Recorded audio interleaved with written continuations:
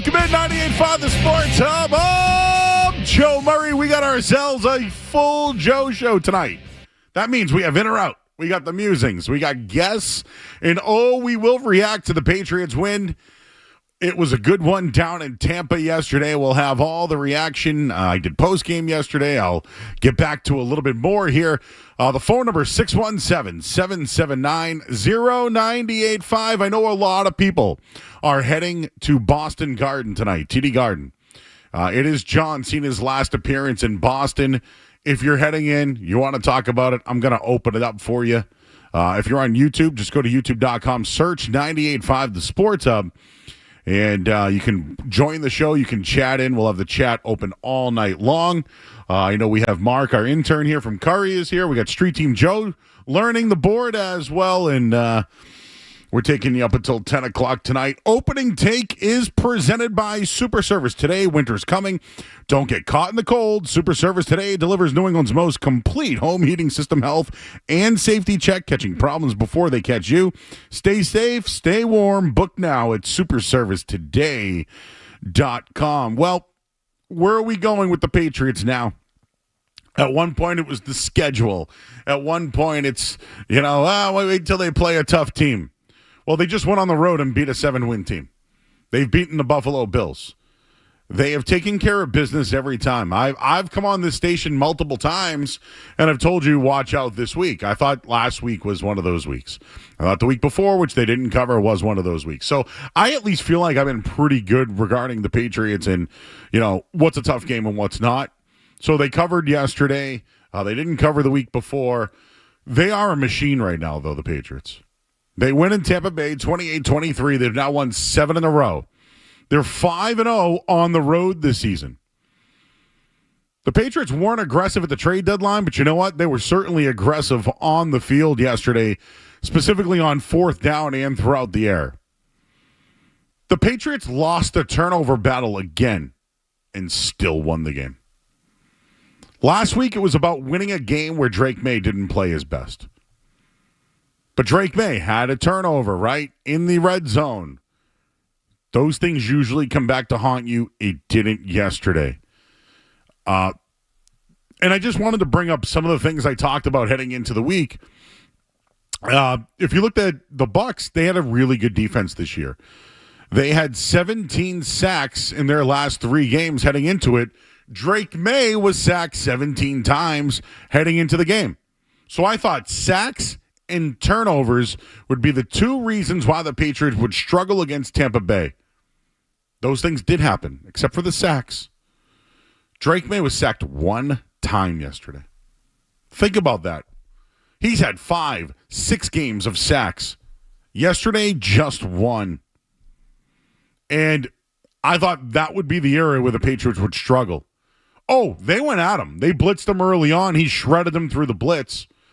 He struggled early on. They were showing somewhat of an amoeba look with no down lineman, kind of trying to be a little bit taller so he couldn't see. He struggled early on, no doubt about it. But that little crossing play to Kyle Williams got things going, right? The home run hit for Travion Henderson really opened things up. And I thought the coaching was really on display yesterday. When I look at the teams, Todd Bowles a good coach. Say what you want about him, good coach, good defensive mind, and Baker Mayfield's a damn good quarterback. He threw 3 touchdowns yesterday. But I do want to credit the Patriots defense, although they struggled and gave up points again on the opening possession, now 7 of 10 games, in 5 of the 10 games they've given up touchdowns.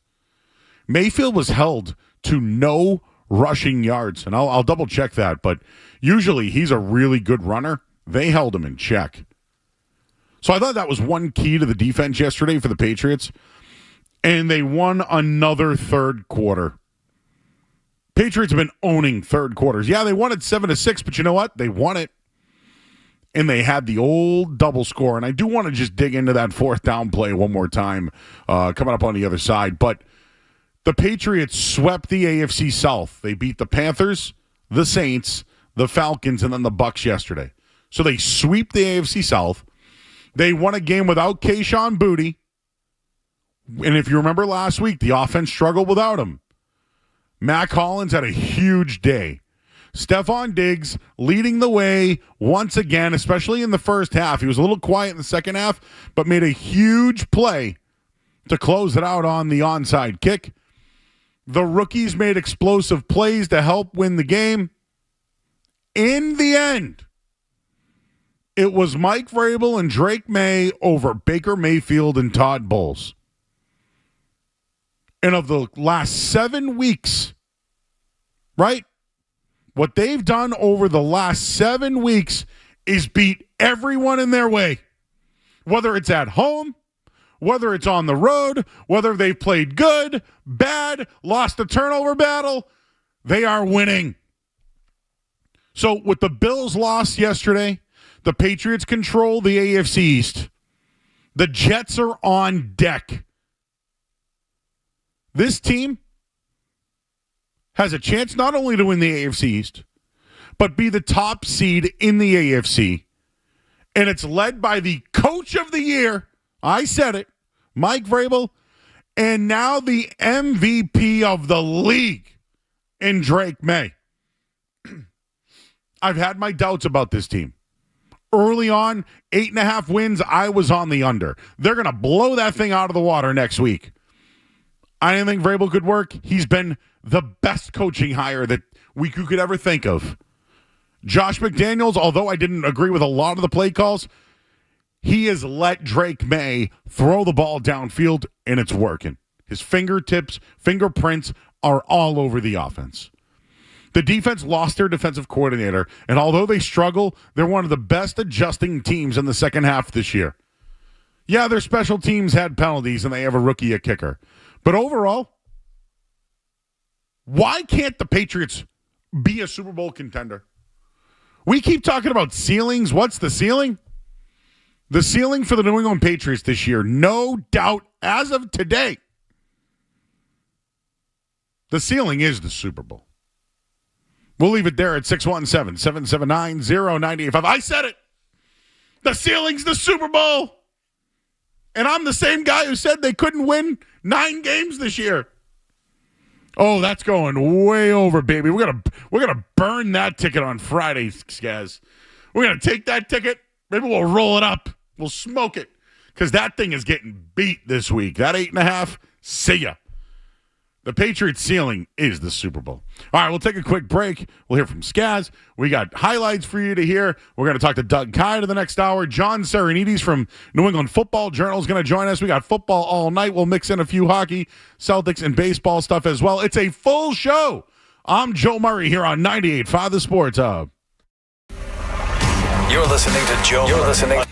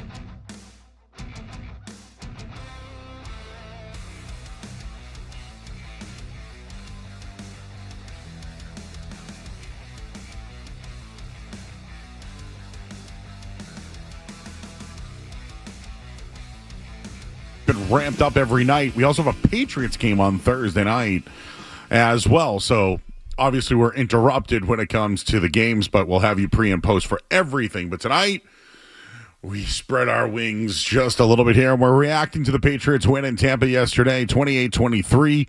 They've now won 7 in a row. And as you just heard there, that 4th and 1 from the 1, there was a lot going on there. I was yelling at the television, to be honest with you. I'm here all day because we do postgame, so I like to be here and watch the games and then react. That one, I was like, take the points, take the points, take the points. I was take the points because they lost Jennings to a knee injury. And they tried to run Ramondre a couple of times, didn't work out. And I know that they were talking on the broadcast that, you know, they did it to kind of kill the time. But going for it on 4th and 1, down 10-7, that's aggressive. Was it cute? But if there's one thing about this Patriots team, they're not timid. They're sure of themselves, and they're aggressive. So that was the play of the game. Everyone's, this was the play of the game. That was the play of the game. And here's why I loved it, number one. Number one, I loved it. A, it's aggressive. But number two, Drake May has the ball in his hands, throwing it to Stephon Diggs. It was the only play that could be made. It was a great throw. It was a great catch. Tiptoe, boom, 14-10 Patriots at the half. They took momentum away. And here's the other thing. I gave you these numbers last week, so I don't want to flex and do a victory lap or any of that, but when the Bucs trail this year, they're now 0-3 when they trail at halftime. Those are some of the things I looked at. That's why I gave you the second half bet. But that's what really propelled the Patriots to victory. And then, boom, the old double score on a Travion Henderson home run, rushing touchdown. They could have settled. They went for it. It was clearly the turning point in the game. It gave them a 4-point lead and the old double score. But I did question some of their other moves. I almost wondered if it was analytics or being aggressive. I didn't get the answer. I asked Greg Bedard yesterday. I don't know if it's clear on if it was analytics or not. But going for it on 4th and 5, I hated it. In the end, did it work out? Yes. And I think Mike Vrabel pulled the entire defense aside to basically say to them, hey, I'm with you guys. I'm going to make these calls. I got your back. And I really do feel like there's something like that going on in that locker room. I think these guys trust Mike Vrabel. I don't want to compare, but remember Gerard Mayo last year? I mean, this is how far we've come, everyone. Gerard Mayo had a famous quote last year that says, I have no control what happens in between the sidelines.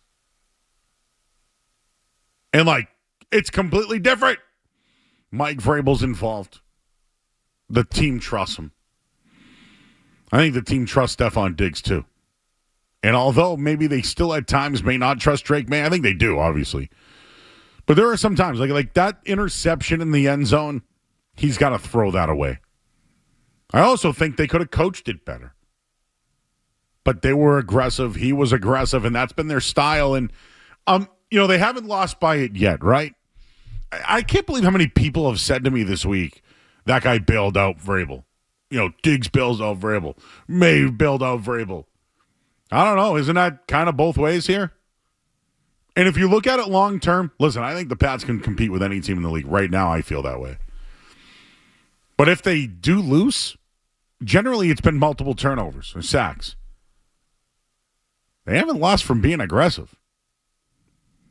Certainly didn't yesterday. The 4th and 1 punting, hated it. You go for it for 4th and 5, but then you don't go 4th and 1. I don't understand it. It was hard for me to understand. I was almost mad at times on who's making the calls. Is it McDaniels? Is it Vrabel? It was a little frustrating. Is it Stretch? Who is it? It was a great game. I really liked what I saw from the Bucs at times. Baker Mayfield, Egbuka's really good. Vita Vea was trying to do what he could. In the end, Drake May was too much. Mac Hollins, too much. And Travion Henderson was too much. The Patriots were struggling, guys. They went 3 and out. Drake May missed bad on an incompletion on 4th down. They had another 3 and out. They had the forced interception in the end zone. It was a 21-16 game. The defense, they held that 5-point game before Henderson actually pulled it away. So, do you want to say that Drake May got bailed out from Travion Henderson? Go ahead. Sure. I think I'm honest about what I saw yesterday. That was a team win. Team effort led by their coach, quarterback, and the rookies. Guys go down, other guys stepped up. I thought depth was the biggest problem with the Patriots this year, and I couldn't have been more wrong.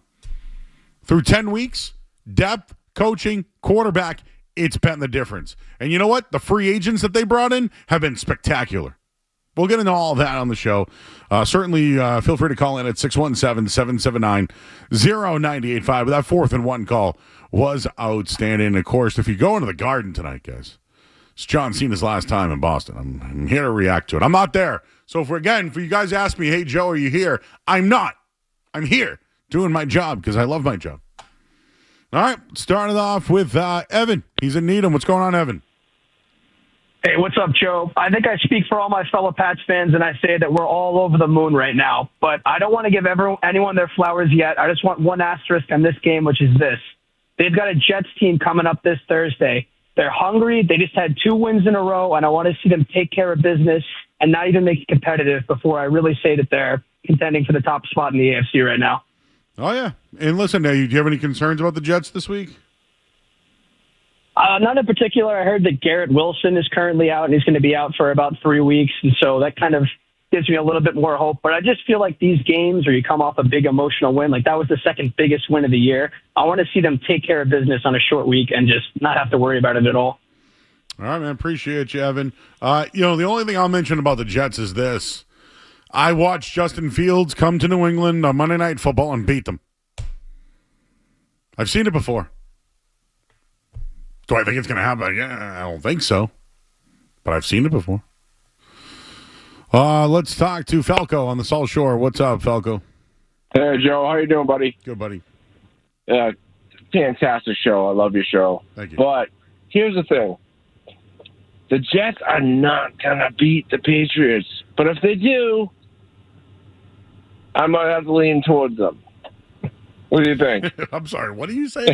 What are you saying? What are you saying? What do you think, though? Wait, about what? I mean, if the Jets beat the Patriots, what do you think? If the Jets beat the Patriots, they're frauds. If the Jets beat the Patriots are frauds. Is it easy to look at? Like the Jacksonville Jaguars are frauds. They're a playoff team. They lose yesterday. They give up 19 points. 26, actually, in the fourth quarter. Frauds. Are the Colts frauds? Are the Broncos frauds? We haven't seen it yet. But that's what I would say. Joe's in Lincoln. Hey, Joe. Hey, Joe. How you doing? Let me get a speakerphone for a second. So I've been wanting to talk about that 4th and 1 play. I've run it through like 15 times. It was a brilliant play. I heard people say, it was impossible. I thought, the way he ran it, Hunter Henry was on the right. Diggs came over, and then they both came in, and Hunter Henry did a little pick, and there was nobody else that could possibly. They lost the defender. The guy who was supposed to guard Diggs was just lost, and Drake May just lofted it up there. It wasn't that hard. It was a brilliantly executed and conceived play. May I just say sometimes the plays that aren't that hard to do are sometimes the hardest ones to complete. I agree, but he had to toss it up. He didn't have to toss it that far, and Diggs had lost the guy, so it just was. In other words, it looked more spectacular than it really was. I think it's a normal Diggs play. Yeah, but dude, he's a good receiver. Here's the deal: 4th down on the 1-yard line with no time remaining or timeouts. That's a ballsy play. You got to call it what it might have been easy in your eyes, but it worked, and they were aggressive. No, it was a ballsy play, but I'm saying it was really well designed and executed. Yep, absolutely. Thanks, Joe. Aren't we noticing that's been the difference in games this year is the way that the Patriots effort and finish? Isn't that what Mike Vrabel talked about? They did it before the half. I've been actually hard on them for the way that, early in the season at least, the way that they've ended halves. It hasn't been great. That Raiders game, hated that. Steelers game, again, hated it. I think they've worked on that. I think that's part of the tape there. Mike is in Boston. Hey, Mike. What's up, Joe? Quick thought, kind of touched on it. If we lose Thursday, are we officially pumping the brakes on next stop Super Bowl for the Pats? I'll hear your thoughts on that. I wouldn't pump the brakes, but I just think they're frauds. I mean, here's the deal, guys. The Patriots right now, the way that the schedule is lining up, they get the Jets this week. They're going to see Joe Burrow, probably, who's coming back to practice. They'll get the Giants, who just fired Brian Daboll. You'll get the Jets again and the Bills again and the Ravens. Like, you're going to at least get 4 or 5 good games to see what they're made of, but haven't they already passed all the tests? So, I mean, like, at this point, like, yes, it's year one of a rebuild, but look at the entire league. What are the Patriots' flaws? Tell me. When they turn the ball over and when they get sacked, generally that's their biggest issue. Their offense can put the team in a hole, down 14, down 10, down 7, whatever, and they still come back and win games. So don't give me it's the defense, please. Don't. It's when they turn the ball over and they beat themselves. Kurt in New York. Hey, Kurt. Hey, Joe. First time caller, long time listener. Love your show. Thanks, bud. Just quick question for you. It seems to me that McDaniels comes out in the third quarter and more often than not is very conservative. Why would you think he would do that when they have the pedal to the metal in the first half? So did you think that well, listen, I think that was a McDaniels thing. Yeah. I actually hope that they are. Like, the Patriots really can't be conservative because if they get these quick 3-and-outs, their defense, they can't stay on the field long enough for those type of plays. You know what I'm saying? So it's almost like the longer their drives go, the better their defense gets. And we see it in every game, right? When the Patriots are really doing good drives, when they score or whatever, the defense comes out and shuts teams down. So that's what I mean by, like, at times you still need to be aggressive because it also helps out your defense. Sure. Okay. All right. All right. Thanks, man. Appreciate you, buddy. Thank you. Yes. I said that. Skaz, let me bring you in on this one. If the Patriots lose to the Jets on Thursday, do I have a right to call them frauds?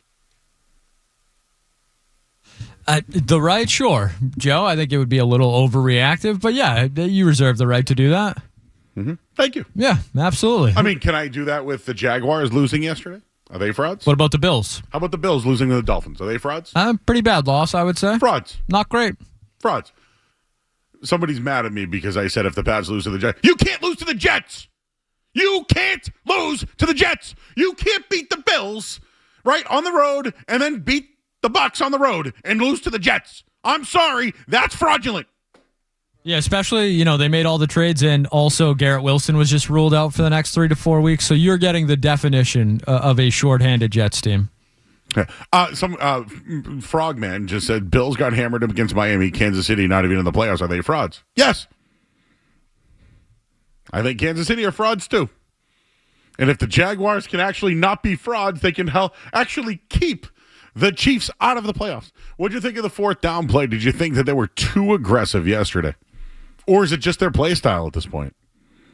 The fourth down, I almost feel like they forced themselves into that fourth down play because of how they handled, first and second down on that drive. So I think they forced their own hand. I didn't love the thought process going in, kind of, handing over a play there and kind of forcing themselves into that position. But you can't argue with the result. It worked. It gave them momentum. It was a great throw, even better catch. Like, did I love it at the time?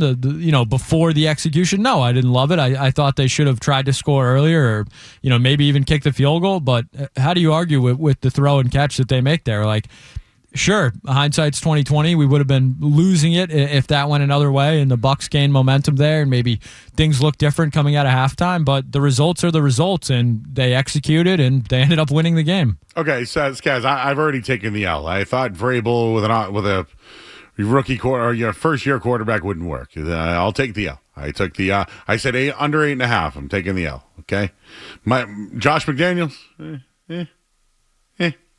I'll take the L. I mean, I'm over all that. We're over all that now, right? Like, this is a competitive, serious Super Bowl contender. Do you agree? I know you got a lot going on back there, guys. Neil's back there. Hi, Neil. Are the Patriots Super Bowl contenders, guys? Yeah, they're contenders. Yeah, see, Neil even said yes. Too. All right, thank you. That's all I asked for. Thank you. All right, we'll get back to the calls here at 617-779-0985. I see my man Riz in East Providence. Riz! Joe, what's good, my dude? Guys, what's good? First and foremost, you already know. Shout out to the Twitch YouTube fam. But the reason why I called Joe, everybody's talking about Drake May, Stephon Diggs, Vrabel, but they're forgetting one unsung hero. That Patriots lighthouse, Joe. Since it's been erected, it's seen nothing but sorriness, somberness, and sorry-assness. Shout out to the damn lighthouse, man. Give it up for that damn lighthouse, man. Even though they won it on the road yesterday? Hey, when is the last time that sorry-ass lighthouse has seen any winning season since it's been erected, Joe? Exactly. That's true. But my second question, Joe. Now, there's a commercial that plays here, excuse me, on the 98.5 Sports Hub joint or whatever. Oh, boy. Now, there's a starting lineup. They got Kendra, Fred is a scat back. Who else? Beetle. Mm-hmm. Beetle is a center. Jameli's a tight end. Always ass. Always. But my question is, Joe, where you at on that? How come you're not there? I don't know. Well, what would I be, Riz? Wait, what? What position would I be? I think you should be the center. Something. I think you should be on that, you know? I don't understand what the hell is Hold on. Joe, I just spit my water all over. I knew it. I knew it. I even said to Skaz, I watched Skaz's hand. You were holding the dump. I trust our guy Riz. I love Riz. I love Riz. Wasn't going to do anything. Joe, I think you have to move to be in those commercials. I believe. Oh, is that it? I don't think you've moved recently. Not doing much moving these days. Well, at least moving in general. Forget about house moving. Spitgate, Joe. It's sweeping the nation. We'll have to. I think you have to address it at some point. Yeah, the people are clamoring for it. You know. Justin's in Lynn. Justin. Hey, Joe, it's Justin. I just have a thought on the one specific play that bugged me yesterday. At the end of the third quarter, the 4th and 5 play, they went for it and missed on the 45.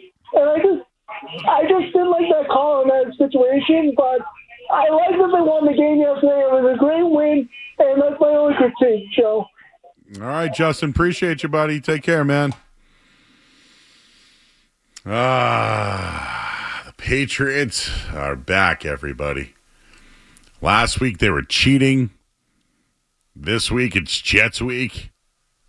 Oh, what's Dave's in Arlington? Hey, Dave. Joe, I have an unpopular take. I'm sure I'm going to be excoriated for this, but you've already said it. This has happened before. Justin Fields has come in and beat us. I think this is the week they lose. It's a short week. They've won 7 in a row. It's hard to keep winning. They are due for a loss, and this would be just the team and the week to do it. I don't want it to happen, but I just have a sneaking suspicion something's going to happen. But I don't think they're frauds if they lose. I disagree with you on that. So if the Patriots lose to they're not frauds. How do you lose to the Jets? How? I agree. I mean, it would be painful, but I was actually thinking back to those 2 Super Bowls we lost. 2 teams we should have beaten. I mean, I think good teams, they have brain farts sometimes. Maybe the Pats were frauds in the Super Bowl. Or one of those years they were. Oh, everybody, you're all funny and silly. I love you all. All right, let's hit the headline here. I'm Joe Murray. Hey, how about that rookie impact? We'll talk about that coming up next. I'm Joe Murray, 98.5 The Sports Hub.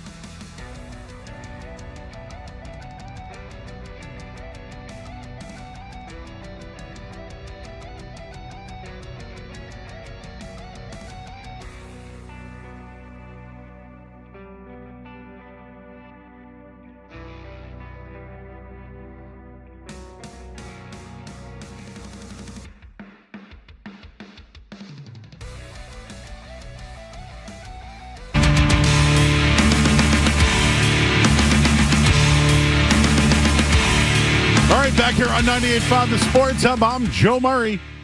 Full shows. We're back, baby. In or out. Musings. Whatever else you guys want at 617-779-0985. The rookies, huh? How about it? I'll be fully transparent. I did not think Kyle Williams would make an impact yesterday. Although, who was it? Mike Reese actually said it. He said this week, watch for him. He can play on the outside. Man, he was fast, huh?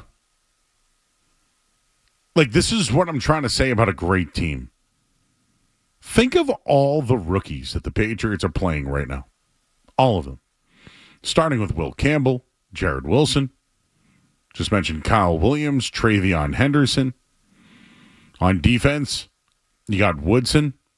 You got the kicker. You got the long snapper. I mean, if you really look at it, the Patriots are rolling out their rookie class, and man, it is working. It was a huge day for that rookie class. One that people questioned at one point. We're going to talk to Doug Kyed coming up in a little bit, but I did see a report from him today that Elliott Wolf was the one that wanted Travion Henderson. Wonder how that one's coming out today, huh? I could have remembered at the draft it was Mike Vrabel, but whatever, things change over time, whatever. But the rookies had a breakout. Travion Henderson, he needed it. 55-yarder, 69-yarder, nice. Had 147 yards on the ground. Just a solid day overall. Contributions everywhere. You know who else made an impact? Elijah Ponder. He had a sack in this game. Probably would have only played if there weren't all those injuries or Christian Ellis wasn't there. So I just wanted to shout out the rookies who have made a huge impact. And when could you actually say that about a Patriots roster? Let's talk to Matt. He's in the car. Hey, Matt. Hey, Joe. How you doing tonight? Appreciate you taking the call. Yeah. How are we doing? Good. So, long drive tonight, and I was listening to the lead-in show, and they threw something out about Vrabel won't say McDaniel's name, and it kind of caught my attention. Is this a problem, and this is all going to get blown up in the off-season, or however these two came to be together? Can they be adults, work together, have some success, and we can enjoy this for a little while? So, Matt, let's just say this. I have noticed it. I've asked people about it, and I'm not getting answers. I don't think there's an issue between Vrabel and McDaniels. I don't. But do I think that maybe Mike Vrabel wanted to hire his own guys and not McDaniels? I do. All right. Well, we'll see what happens, but I hope they keep it together. I mean, at this point, does somebody want Josh McDaniels? Yeah, hopefully. I hope not. You wouldn't think. Well, no. I mean, it would only be. He seems. If he leaves, sorry, I didn't mean to cut you off. If he leaves, it's for a head coaching job, right? Who's knocking on the door for Josh McDaniels? Are they doing it this year? We gotta, you know what, guys? We need to keep a McDaniels list of teams knocking on the door for McDaniels. Could the Giants? They can't go after with Dayball and everything they've gone through. They can't go with him. I don't think there's a team in the NFL that could hire Josh McDaniels and it would become an overwhelming cheer. And no. But do I think he's fell into Drake May? Yes. And do we see his fingerprints on a lot of the play calls? Yes. I bet you Drake likes him. Drake likes everybody. We got Wyatt. What's up, Wyatt? You're on the air. Hello. Thank you for taking my call. I wanted to ask about the Drake May MVP race. He's the betting favorite right now, but I think that Jonathan Taylor deserves it over him. But it seems like the MVP is becoming more of a QB award. I just want to hear your thoughts on that. Yeah, I still think if Saquon Barkley didn't get it last year, it's going to be really hard for a running back to get it. But I would say this, outside of Drake May, take Drake May out of it, I do think Matt Stafford's made a case. And I think a lot of people maybe expect this out of Stafford, but he's thrown 20 touchdowns in his last 4 games and 0 interceptions. And they won yesterday convincingly over the 49ers. These are the 2 guys outside of Drake May I'd consider. One of them is definitely Jonathan Taylor. The other one, Sam Darnold. Right? Did people just pull over in their car? Sam Darnold's having a hell of a year. The Seahawks are a great roster. Right, look, they got 2 running backs, multiple wide receivers. Defense is better. Second-year coach. They've really put it together. And Sam Darnold's leading the charge. I just think that, Taylor's been great. Darnold's been really good. I do think, though, the Patriots would not be here without Drake May. All right, we'll take a quick break. I just wanted to mention something about the Bruins before we do so, though. They've won 6 in a row. They're 8-1-0 this season when Hampus Lindholm's in the lineup.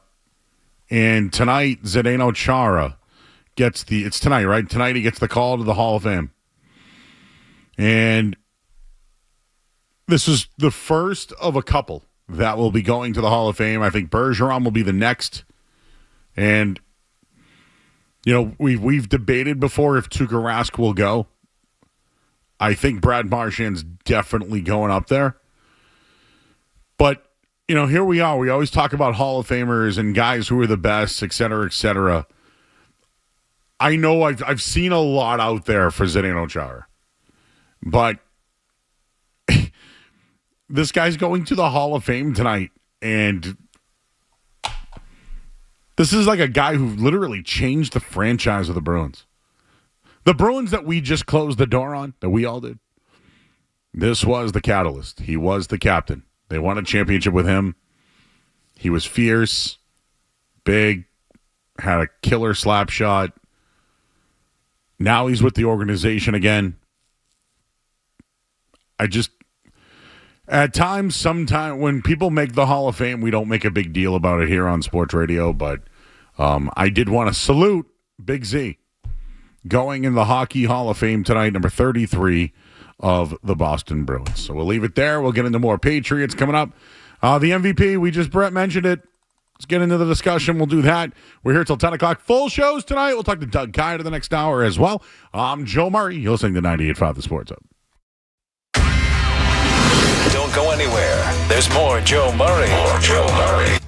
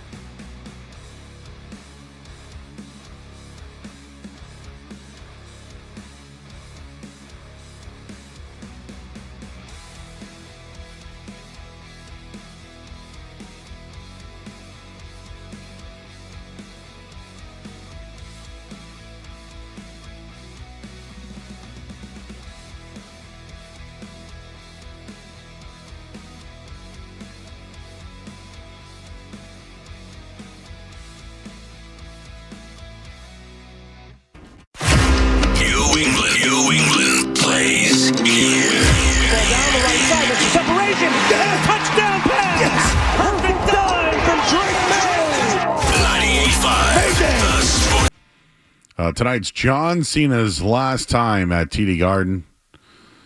I am not there, everybody. I'm here because I love my job. This is why I'm here, especially after a Patriots win. But I'm already seeing photos trickling out for people that are there. And is this George? Are you going to the Garden tonight?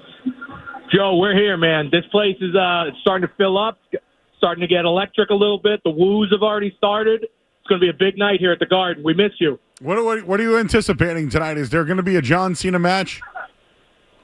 It looks like Cena and Dom Mysterio are going to fight for the IC title tonight. If I'm not mistaken, has John Cena ever won the Intercontinental title? He is. It's the only title he has not won, and I think we're going to get it tonight. And then I got to tell you, sneaky rumor. I'm hearing Jericho tonight, and I think the roof blows off. Don't quote me on it, but if Jericho shows up tonight, it'll be pretty electric. Real quick, what Jericho do we get? Do we get Le Champion, or do we get the break the walls down Jericho? Oh man, you're on the list. We need that one. We need the you're on the list. You just made the list. All right, George. Well, we love you, man. Enjoy it tonight. Where are you sitting? I want to look for you on television. So I don't know if I'll be on TV or not. We're in a box right now. We got the kids up here.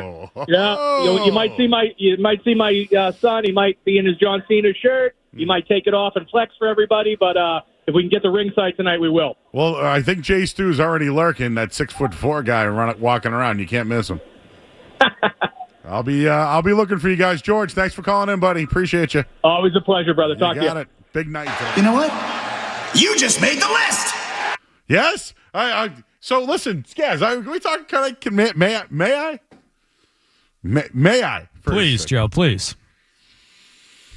It's John Cena's retirement tour. It's going to end on December 13th, and then he's done wrestling. Now, people are like, "Oh, I don't believe he's done." No, he's really done. I don't think he can physically do it much and be an actor. Okay, so that's what's happening. So they're having this tournament on who will be his last opponent, which I like. It gives a lot of people, the limelight of being involved in John Cena's last match. So that's happening tonight. But yes, the reason why Chris Jericho is getting mentioned is because he's leaving AEW, wants one more run. And how about a Chris Jericho versus John Cena match? What about Edge coming back? The Rock. Just to give you, I'm just throwing out some names, right? Out on the Rock. Out. But the guy I want's Gunther. I still think Roman Reigns is probably the right guy for it. But tonight's a big one, dude. Yesterday, friends over at Card Vault had Jay Uso and Rhea Ripley. They were there for 4 hours signing autographs. Like all of Boston that I know, that's like a wrestling contingency, is there tonight to support John Cena.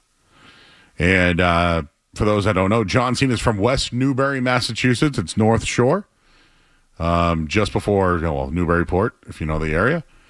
And he's giving back. He's been posting signs of the old Boston Garden with the elevated train above.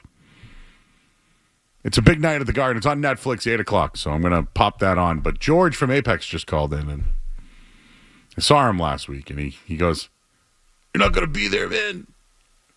But hey, a box for John Cena's last match in Boston? Not bad whatsoever. So I already saw Jay Stu's there. Sarge is there. Jay Stu just posted a picture with Bird. Bird's there now, well. too. So there we go. So again, I'm not but last time this happened, Skaz, I got the Joe, where are you? Joe, where are you? So I have tried to set the expectation that I do a night show. And I'm here every night for the people. For the people. As the Patriots winners yesterday. Again, now number one. We're tied for first place in the AFC. And, well, I will say this. The ceiling is the Super Bowl now. It's the Super Bowl. I am just at a point right now where I'm defeated and trying to find reasons of what holes the Patriots have. Well, I couldn't get that one out. What holes do the Patriots have, Skess? What if you were to give, if you were to be like, this is how you beat the Patriots, give me something that's a concern.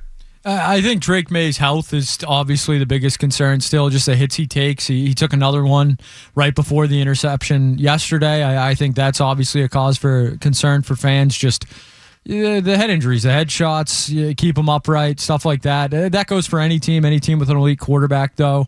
I think the kicker in the playoffs is something that, when you're a good team, special teams really matter, especially in those tight playoff games. And Borregales is still somewhat of a question mark. I know he's hit some big kicks this year. He's missed some as well. So I think that's a thing. But just the fact that we're trying to pick out the Patriots' weaknesses at this point in the season proves how good they've been and how much of a surprise they have been. So, yeah, they've been great to this point. That was a professional win yesterday. That was a Super Bowl contending win on the road. You beat Buffalo and this Tampa Bay Bucs team on the road. Those are elite road wins for a team who, the schedule is the talk. They can only play who's in front of them, and they're taking care of business.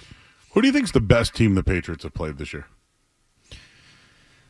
The best team they've played. I mean, you didn't get a fully healthy Bucs, but they're certainly a very good team. They look good early. Early on, I was like, whoa. Oh, that first drive was wide open, Igbuka. So, yeah, it looked like it was going to be a long day. The Bills are still a good team. I mean, they're kind of in a downward spiral right now. I think the Ravens, depending on which version of the Ravens you get, could be that team. And maybe you see Joe Burrow and the Bengals, with Burrow being cleared to return to practice today. So maybe some tougher games ahead on their schedule than originally thought. But the Patriots they're as good as anybody in the AFC right now. You think the Dolphins can beat them? And then they went toe-to-toe with them earlier, and they just beat Buffalo. Like, I'm kind of putting the Jets as 2 wins and the Dolphins as 3. And now I might add the Giants at 4 after firing their coach today. You're not believing in the Mike Kafka bump? Not in 2 weeks or 3 weeks or whatever it is. Mike Kafka, huh? I believe that's correct. Former quarterback, right, in the league? Sounds right. Does Brian Daboll end up in Buffalo? I believe I saw reports that they have no interest in bringing him back, was what I read. What? Joe Brady maybe doesn't want that hanging over him. I don't know. If I was Brian Daboll, I'd go to that beach with the island with the drink and the straw. Bill O'Brien could use some help. Oh, man. It's bad over there. Oh, we're going to talk to John Serenites later. I'm very interested to hear his takes on what's going on over at BC. I will say he's been defensive and very protective of Bill O'Brien. So tonight I'm going to loosen him up a little bit. Have you seen any of these odds when it comes to the Patriots? So to win the Super Bowl, the Patriots are plus 1,900. So they're still plus 1,600 to miss the playoffs. That's not happening. So if they lose in the wild card round, it's plus 145. The divisional round, 190. To lose in the championship game, plus 500. To lose in the Super Bowl, 1,100. Like, those odds are realistic. Anything 10-1 and under. So this isn't just me saying the ceiling Super Bowl. The odds makers think it's possible. It's wild. I listen, after 10 weeks, I cannot believe we're talking about this. This is how incredible the run is. They're so well coached. I can't believe, I shouldn't be shocked though, right? Because there's head coaches everywhere. But just at this point, I'd be shocked if they didn't win 13 games. So I just gave you 4 more.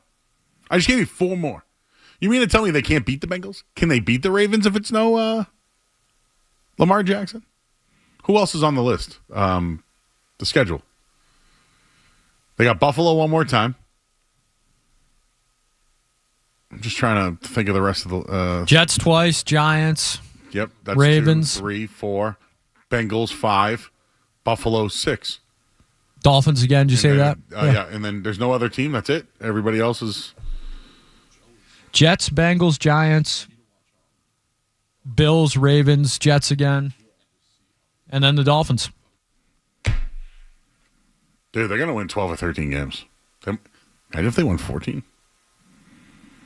I'm shocking. Absolutely shocking. All right. Well, we're going to talk to Doug Kyed. We've got to set him up. He was in Tampa yesterday. Everyone I know was in Tampa yesterday. My friends from home met up with Sarge in Tampa. Sarge went from Tampa to Boston tonight for John Cena. That's dedication, man. That's some serious dedication. There for the Patriots game.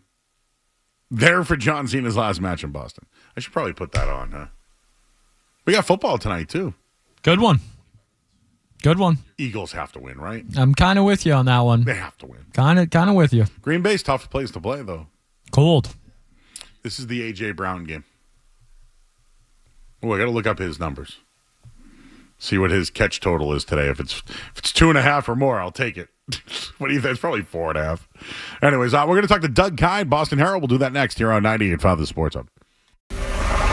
You're listening to Joe. You're listening to Joe Murray on 98.5. You're listening.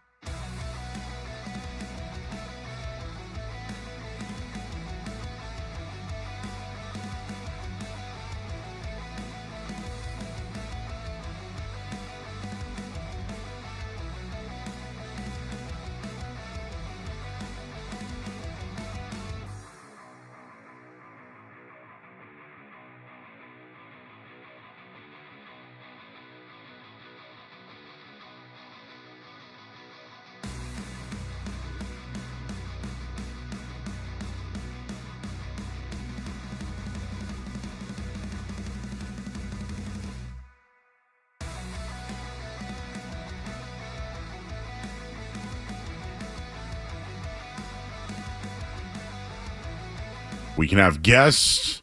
We can play games. We can have fun. And looks like everybody in the world that I know besides myself and the man joining us here on 98.5 The Sports of Doug Kyed is at TD Garden tonight. Unless you're there, Doug, are you at the Garden for John Cena's last match in Boston? No, I forgot it was tonight until just moments ago. Actually, I saw that one of my friends was there on Instagram. So, yeah, I had forgotten all about that. I just saw Sarge, J. Stu, and Bird together. Nice. And now I'm like, man, I'm missing out on this one right now. But no, we're here to talk Patriots. That's what we're here for. So you were in Tampa Bay yesterday. The weather got a little wild early on. What was it like? Was there a lot of Patriots fans? And do you think it was the weather? Or do you think it was the Bucs that gave some fits to Drake May early on? First of all, yeah, the weather was kind of wild there because it wasn't raining when the Bucs were on the field. Started raining when the Patriots were on the field, then immediately stopped once the Bucs came back on the field. So felt like obviously nothing nefarious going on there, but certainly felt inopportune for the Patriots. Lots of Patriots fans in attendance. Basically, the whole lower bowl was like half Patriots fans. And it was kind of a weird vibe in the stadium because it seemed quiet, but that was only just because it was such a split crowd that you didn't get those roars that you usually do out of a home crowd. And with Drake May, I think at least when it was raining, the weather was not helping him. He was skying passes all over the place, wasn't as accurate as usual. After that, some of it was the Bucs defense. I think some of it, too, is just Drake May coming back down to earth a little bit. This was never really sustainable for Drake May to be essentially the greatest quarterback of all time, which he was for like a 4 or 5 week stretch there where he was hitting on every single deep ball and completing 80% of his passes and all that stuff. So it was going to come back down to earth at some point. I think that's what we've seen over the last 2 weeks. And it's a positive that he's still looking like a very good quarterback while he's come back down to earth. So what was your what was your game-changing moment? What was something that stood out to you when you were on the plane home last night? However you guys got home, I heard it was kind of crazy leaving, but what was the one thing where you're like, damn, that was just a huge play? Yeah, I think, I mean, there's a lot to pick from, obviously. I would say the first of Trevion Henderson's big runs, the 55-yarder, just because it didn't come out of nowhere, but you were just like, you've been waiting to see that type of play from Trevion Henderson for so long that for it to finally happen, it was like, okay, this is the guy that we all thought that Trevion Henderson was going to be when they selected him in the second round. This is the guy that we were seeing in training camp. This is the guy that we were seeing in the preseason. So that was one that obviously really stood out to me during the game. And then for him to have another one later on as well, I think after that, other teams now are going to have to take notice of Trevion Henderson, that, okay, this is a player with game-breaking speed. And the Patriots' rushing attack really struggled for the most part in that game. But I think that speed is going to have to keep opposing defenses honest moving forward here. I'll just say regarding the Trevion Henderson touchdowns, at least the one in the second half, like they were struggling. They needed a home run hitter, and he's that. I don't think they've had a guy like this.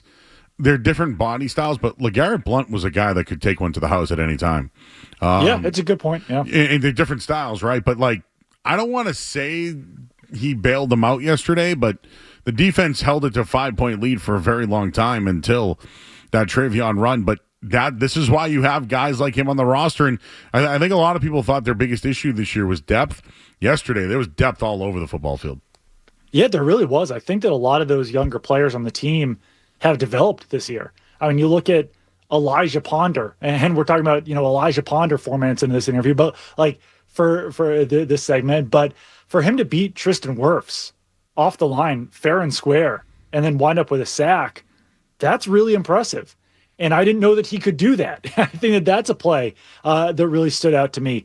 Kyle Williams showing off depth. He's your, fifth wide receiver right now, and he's giving you a 72-yard play. Del Pettis having to step up. Corey Durden, backup defensive tackle, plays 30 snaps because Christian Barmore gets banged up, and he's making plays all over the field on defense. He's blowing up screens. He's providing pressure. He's getting pressure on sacks. Like, it really did feel like in that game, maybe the Patriots do have some pretty decent depth, at least on their interior defensive line, at wide receiver, running back, safety, kind of all over the field. I'll give you Jack Gibbons. He led the team in tackles yesterday. I didn't see that one coming. And then considering no Kayshon Boutte, in the previous game, they relied on Pop Douglas and Hunter Henry on a big play late in the game. Well, this week, it was Mac Hollins and Stephon Diggs. I don't think they've missed on a free agent signing this year. When I really look at it, Milton Williams has been huge.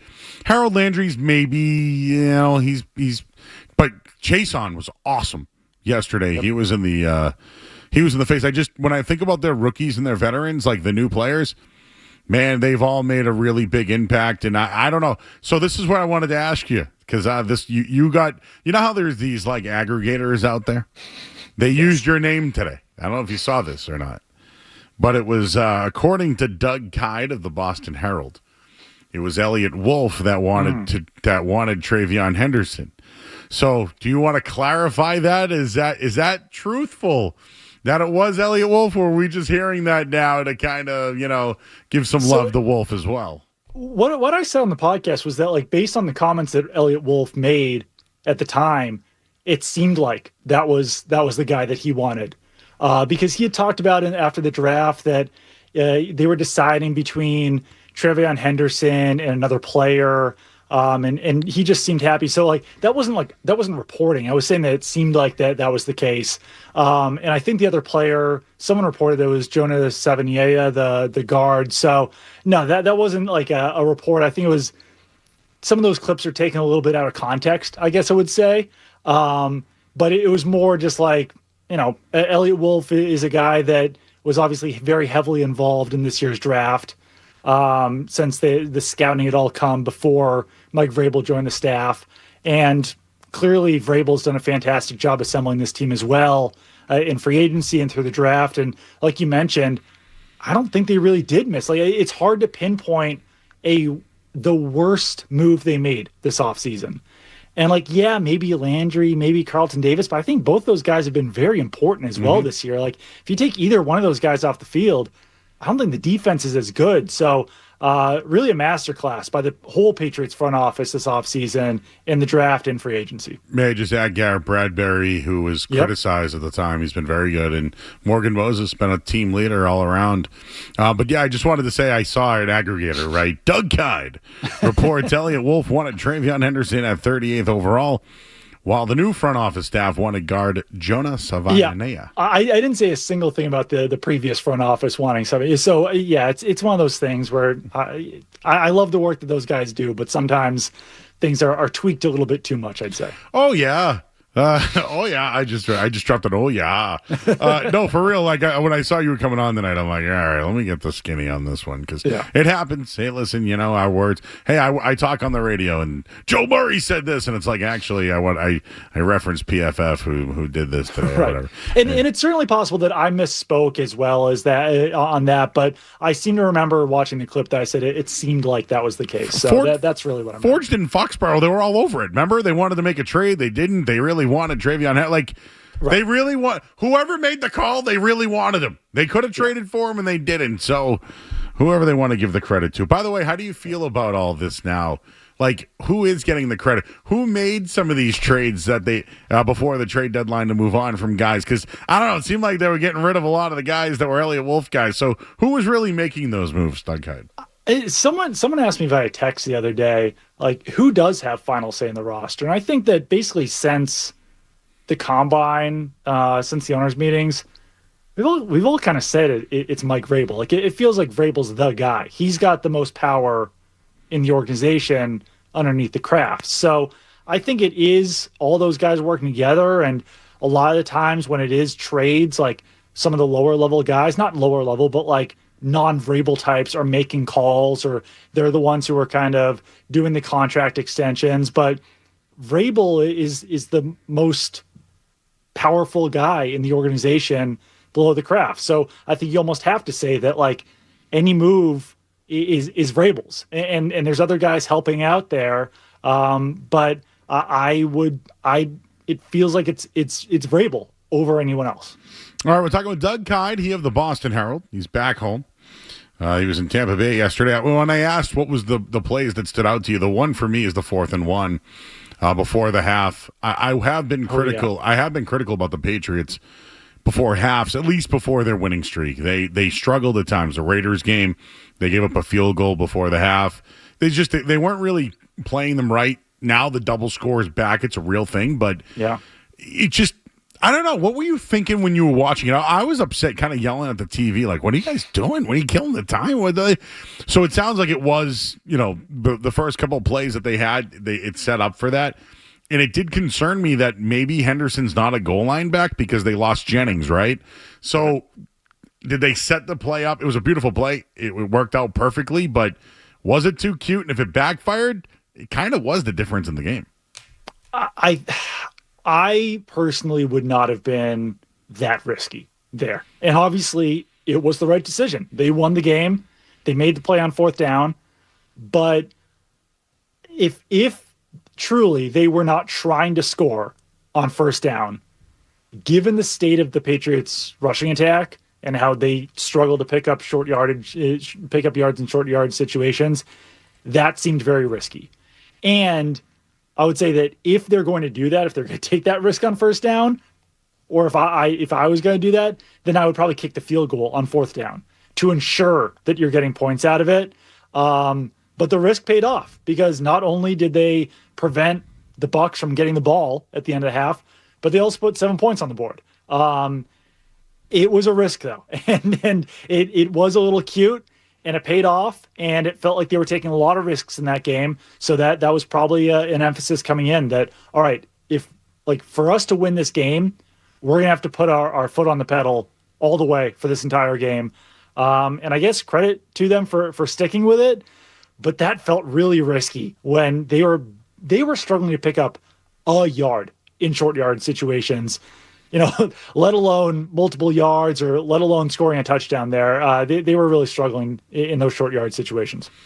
All right, Doug, if there's one thing I can say about Drake May watching him that is different than any other quarterback I have ever seen, okay? I go back to I've watched a lot of downfield throwers, all right? Michael Bishop, growing up, man, did he have a cannon of an arm. I've seen Rohan Davey throw footballs. You've seen a lot of guys, all right? That deep ball to Mac Hollins yesterday, the trajectory, the air, the distance, the putting it in the bucket, I think he's the best deep ball thrower I've ever seen. And I know it's early. I've only seen, 17, 18 games of him. Mm-hmm. Is he the best deep ball thrower you have seen? It's tough to say because obviously we watched Tom Brady for a number of years, but for the he wasn't great at it though. He wasn't considered a great deep ball thrower. Obviously, when he had Randy Moss, but that's a different situation. For him he really does put in the bucket like a couple of those throws to Kayshon Boutte this season, as he's hitting him in the perfect place in the end zone where only Boutte can get it. Similar situation with Mac Hollins, where Hollins was able to gain a little bit of separation on that by faking inside, but it was pretty tight coverage there on Mac Hollins, and Drake May put it really the only place that only Mac Hollins could get it. So, given the numbers that Drake May has right now, I feel like you have to say that he's the best deep ball thrower because no one is completing passes with the same efficiency as him. And he did struggle a little bit more than usual on deep balls in this game, but a lot of those throws were in the rain. And but no, it's pretty, and he puts it exactly where it needs to go. It's pretty magical to watch. It's just why I think he's the MVP right now. I gave 2 other candidates earlier. I think Sam Darnold, outside of Matt Stafford, Sam Darnold should be in there, and Jonathan Taylor should be in there as well. But I don't know. These last couple of weeks are going to be very interesting. I think the schedule for the Patriots does get more difficult. Mm-hmm. So you saw Joe Burrow's back. This going to be back potentially. I don't know what's going to happen when the Giants play, but the Ravens should be better too, right? Than the Bills. So I do think the schedule, at least towards the end of the year, will get more difficult. It will, but I think if we're talking Drake May MVP, he's going to be playing in higher profile games here at the back end of the season too. So this is an opportunity for him to win it. Like, he's going to be on national TV on Thursday Night Football. He's going to be on national TV on Monday Night Football. I think that Ravens game, if you look at the schedule right now, very good chance that one could get flexed to Sunday night, because the Sunday night matchup that week is garbage. So you could definitely see Patriots-Ravens on Sunday night. I think that Bills-Patriots game is probably going to be another Nance and Romo game. So the back end of the season is going to be games that people are watching, games that voters are watching. And if Drake May can keep this up, then I think he's got a chance to distance himself in the MVP conversation as well. Doug, I do want to ask you about the Jets before we get out of here, but I just want to talk about last year to this year with Gerard Mayo. I'm not crapping on Gerard Mayo. This is just a simple conversation regarding last year to this year. But, like, the coaching really has made a difference, right? Like, and I'll just give you one example. Remember Gerard Mayo had a quote that was kind of like, I can't really help what happens, outside of the sidelines. Like, I go back to that one and I just say, look what Mike Vrabel's doing, holding guys' hands on the sideline, bringing the defense together after maybe a risky call. It's night and day, man. And again, I'm not crapping on Gerard Mayo. He's in a really tough situation, but that's the difference. And I'm wondering if maybe it was a good move to kind of go through that. Nothing's a good move when you suck, right? But, like, just the turnaround, it is dramatic. And the buy-in on the team, I think they really do love their coach. Yeah, and I think ultimately that reset of going from Belichick to Mayo and Vrabel probably was beneficial. I still don't know if hiring Mayo, I wouldn't go so far as to say it was a smart move because of that, because he wasn't ready. But I think in the long term, it probably did work out.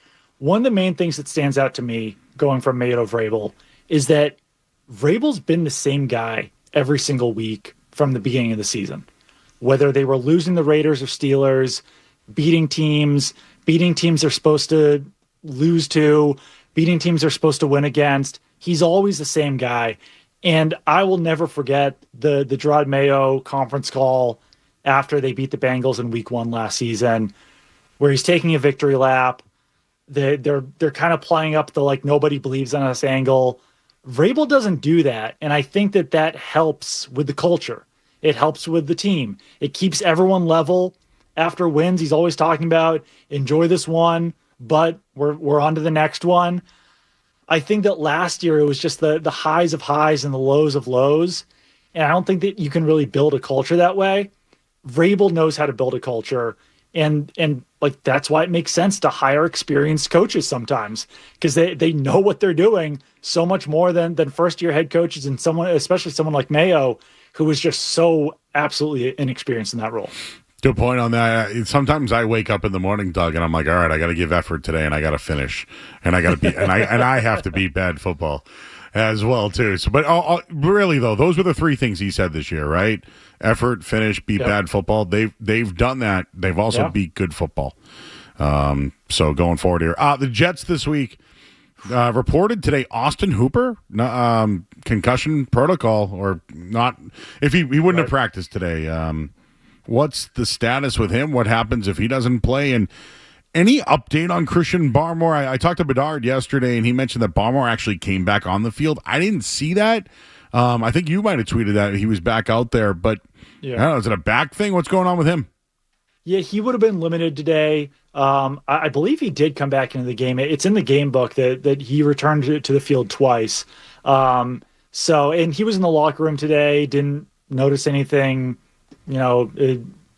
different about him. So we'll kind of monitor that situation as it goes.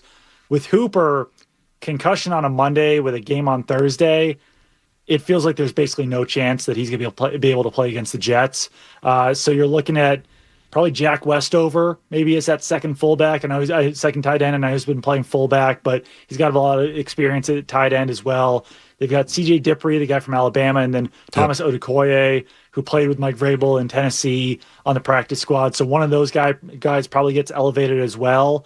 But I mean, like, in the grand scheme of things, the Jets are just so much more banged up. The Patriots might not have Austin Hooper, or, who knows about Ramondre Stevenson or Kayshon Boutte in this one, but, like, Jets not having Garrett Wilson and then already being down Sauce Gardner, already being down Quinn Williams.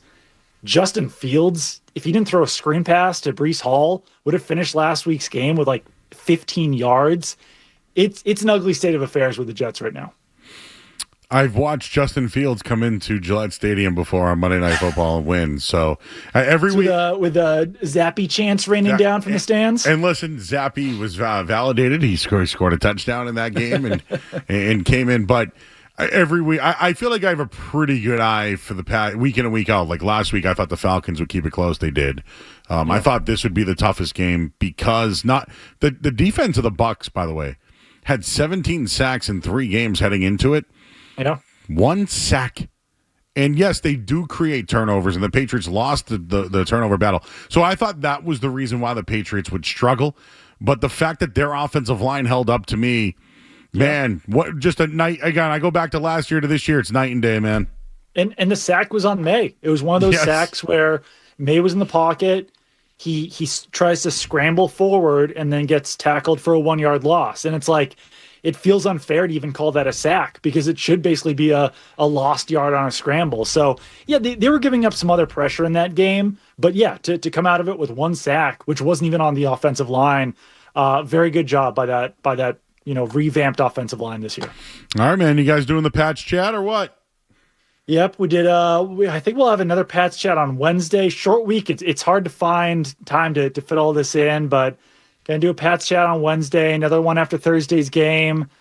These short weeks can be fun though. It's kind of like hurry up and go. And I barely came back from Tampa Bay last night too. We had a 3-hour delay sitting on the tarmac. That was a lot of fun. No, that's never any good. Now I know no one cares about the journalist travel stories, but. Yeah, the government shutdown is real. So if you're trying to travel in the next few days here, expect some delays. Oh, I care. And you know what I care most about? You have a report that comes out almost immediately after the game. And I do postgame, and I'm like, well, Doug Kyed wrote here, so you're always you're always getting credit on the postgame show. All right, Doug, appreciate you, man. Enjoy the short week. And tell Michael Hurley that I also don't like the 3rd and long pitch play.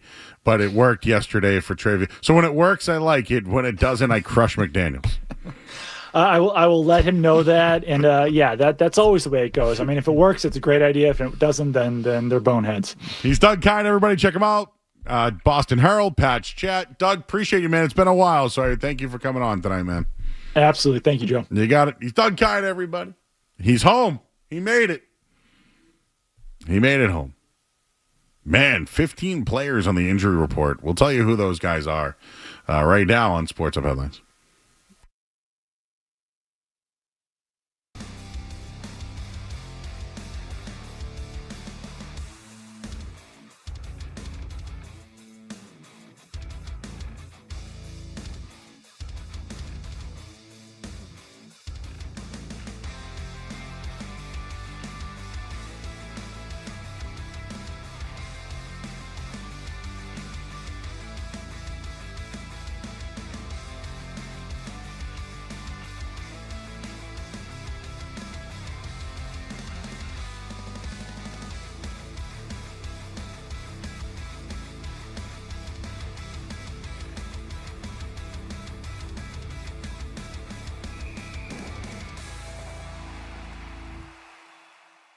Take a couple of bites and come back.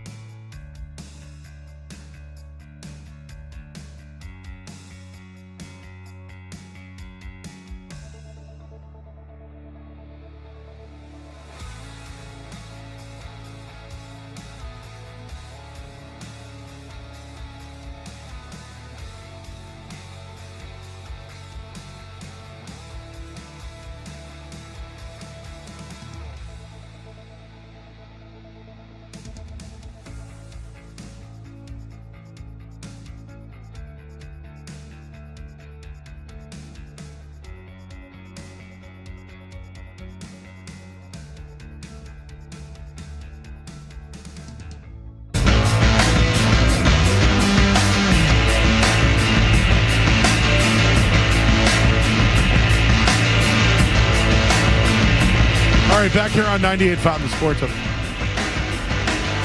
I see Street Team Joe playing the guitar back there. Air guitar, excuse me.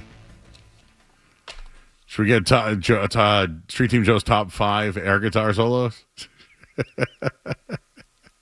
He's got a top 5 for everything. He does have a top 5 for everything. So we have in or outs, guys. There's a couple of things we can do. We can pause now and do it. I can eat 5 minutes and then do it at the top of the hour.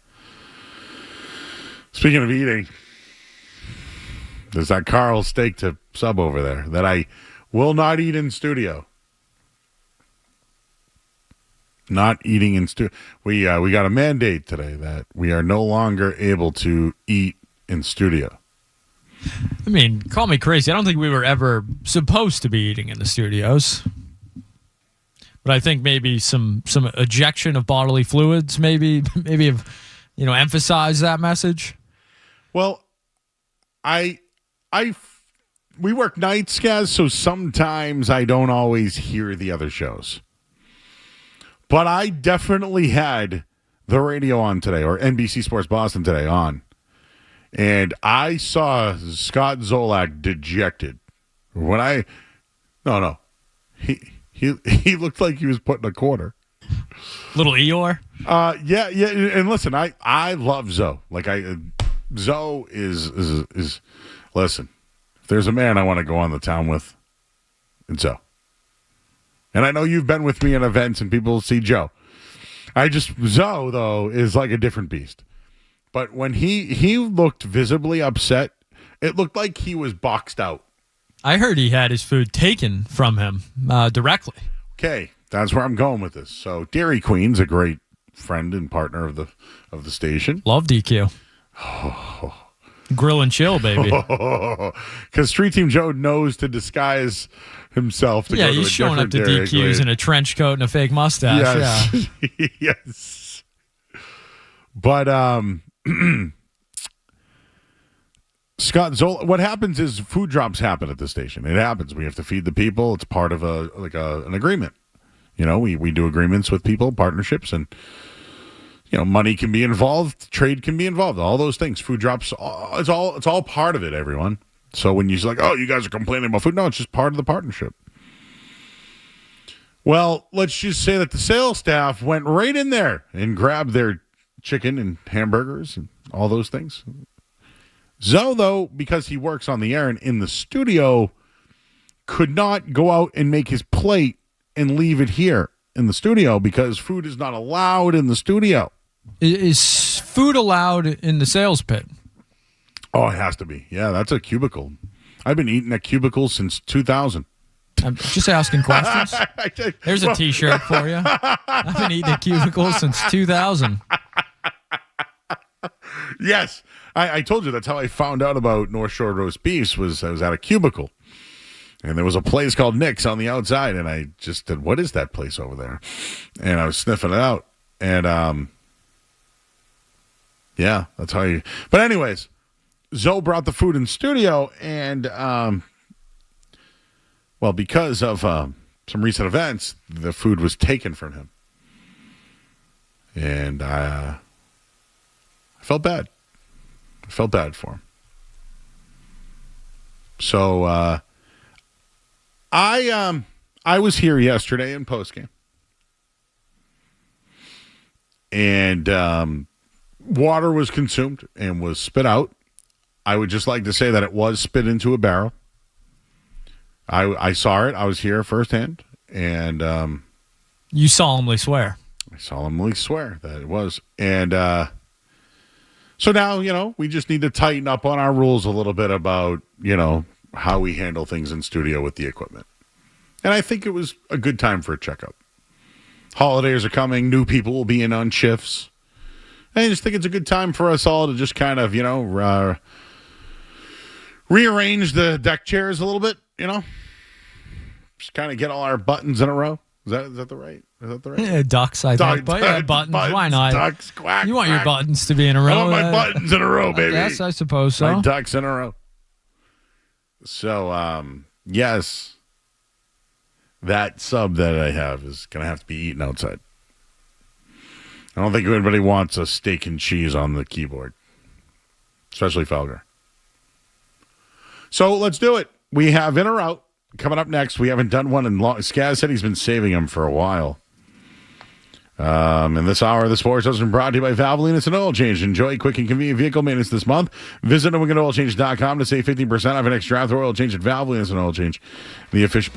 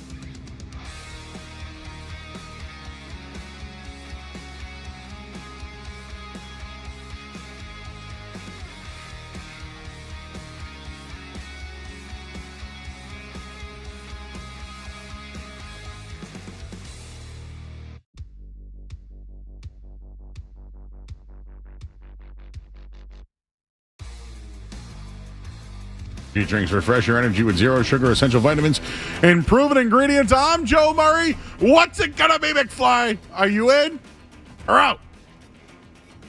Onto the Pastrnak, and he scores! What a blast by Pastrnak! The Bruins play here. Are you in or out? Gotta know without a doubt. I'm the one you need for a dirty deed. I'm the best. Success is guaranteed. How it works, Skaz curates a bunch of questions. We give you the answers. And feel free to join us on our YouTube chat. We got over 100 people watching right now. We haven't been on in a while, so thank you, everybody, for hanging out with us. It's been a bit. I mean, we're not pulling 1,000 like the morning show, but we're getting there, Skaz. We're getting there. I see Terrace in there, Carrie Ann in Seattle, Russ Fox, Matthew Harnett's always in there. What's up, man? Ryan. Who else we got in there? Gabe, Absence Orange, whatever that means, Seaside. Who else do I? Brian's in there. Jimmy is in there. Jimmy J. Sir Droids. Carlos. He's the Carlos guy on Patriots there. All right. Let's get to it. I'm taking the Eagles tonight. Off a bye? Why not? Right? You know what Nick Sirianni's record is off a bye, Skess? I do not. 4-0. I like it.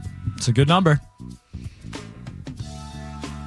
Just thought I'd share. Just saying. Just saying. Could backfire, but, you know.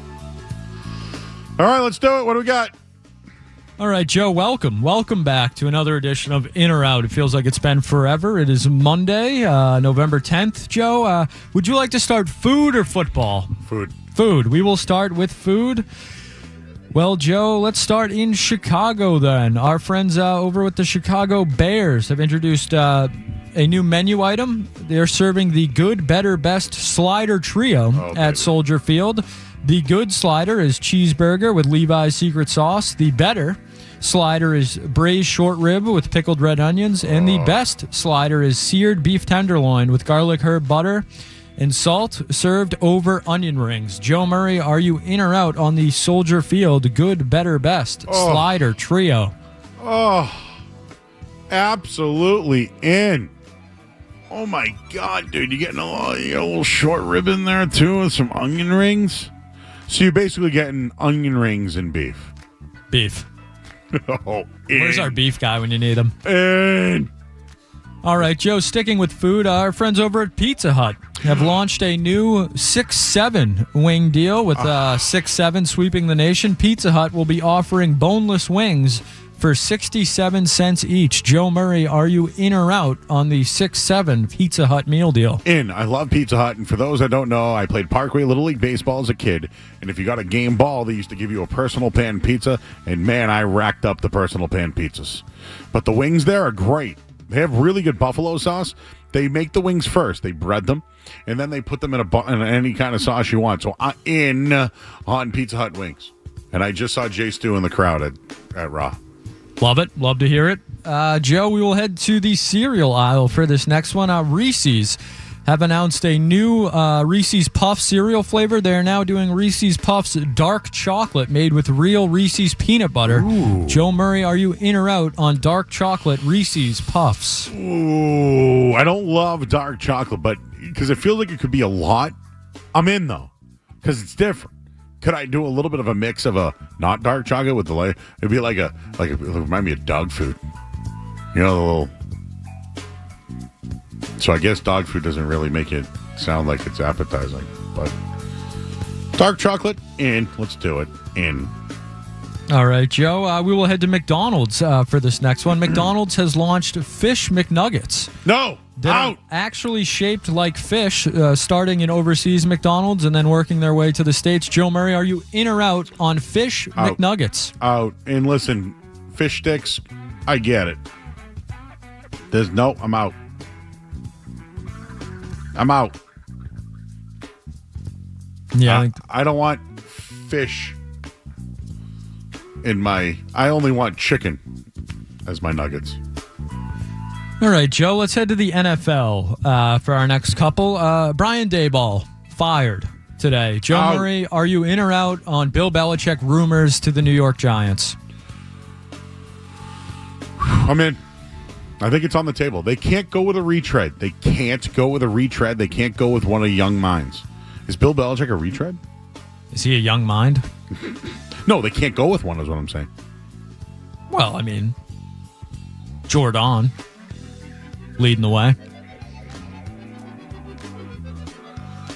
No, I don't think you can. All right, Joe. Well, this from Ian Rappaport a few hours ago. Do the Giants turn back the clock with a nod to Tom Coughlin? Joe Murray, are you in or out on a potential Tom Coughlin return to the New York Giants? I'm out. I think this isn't. Oh man, Joe Gibbs did this years ago. So is it off the table? No.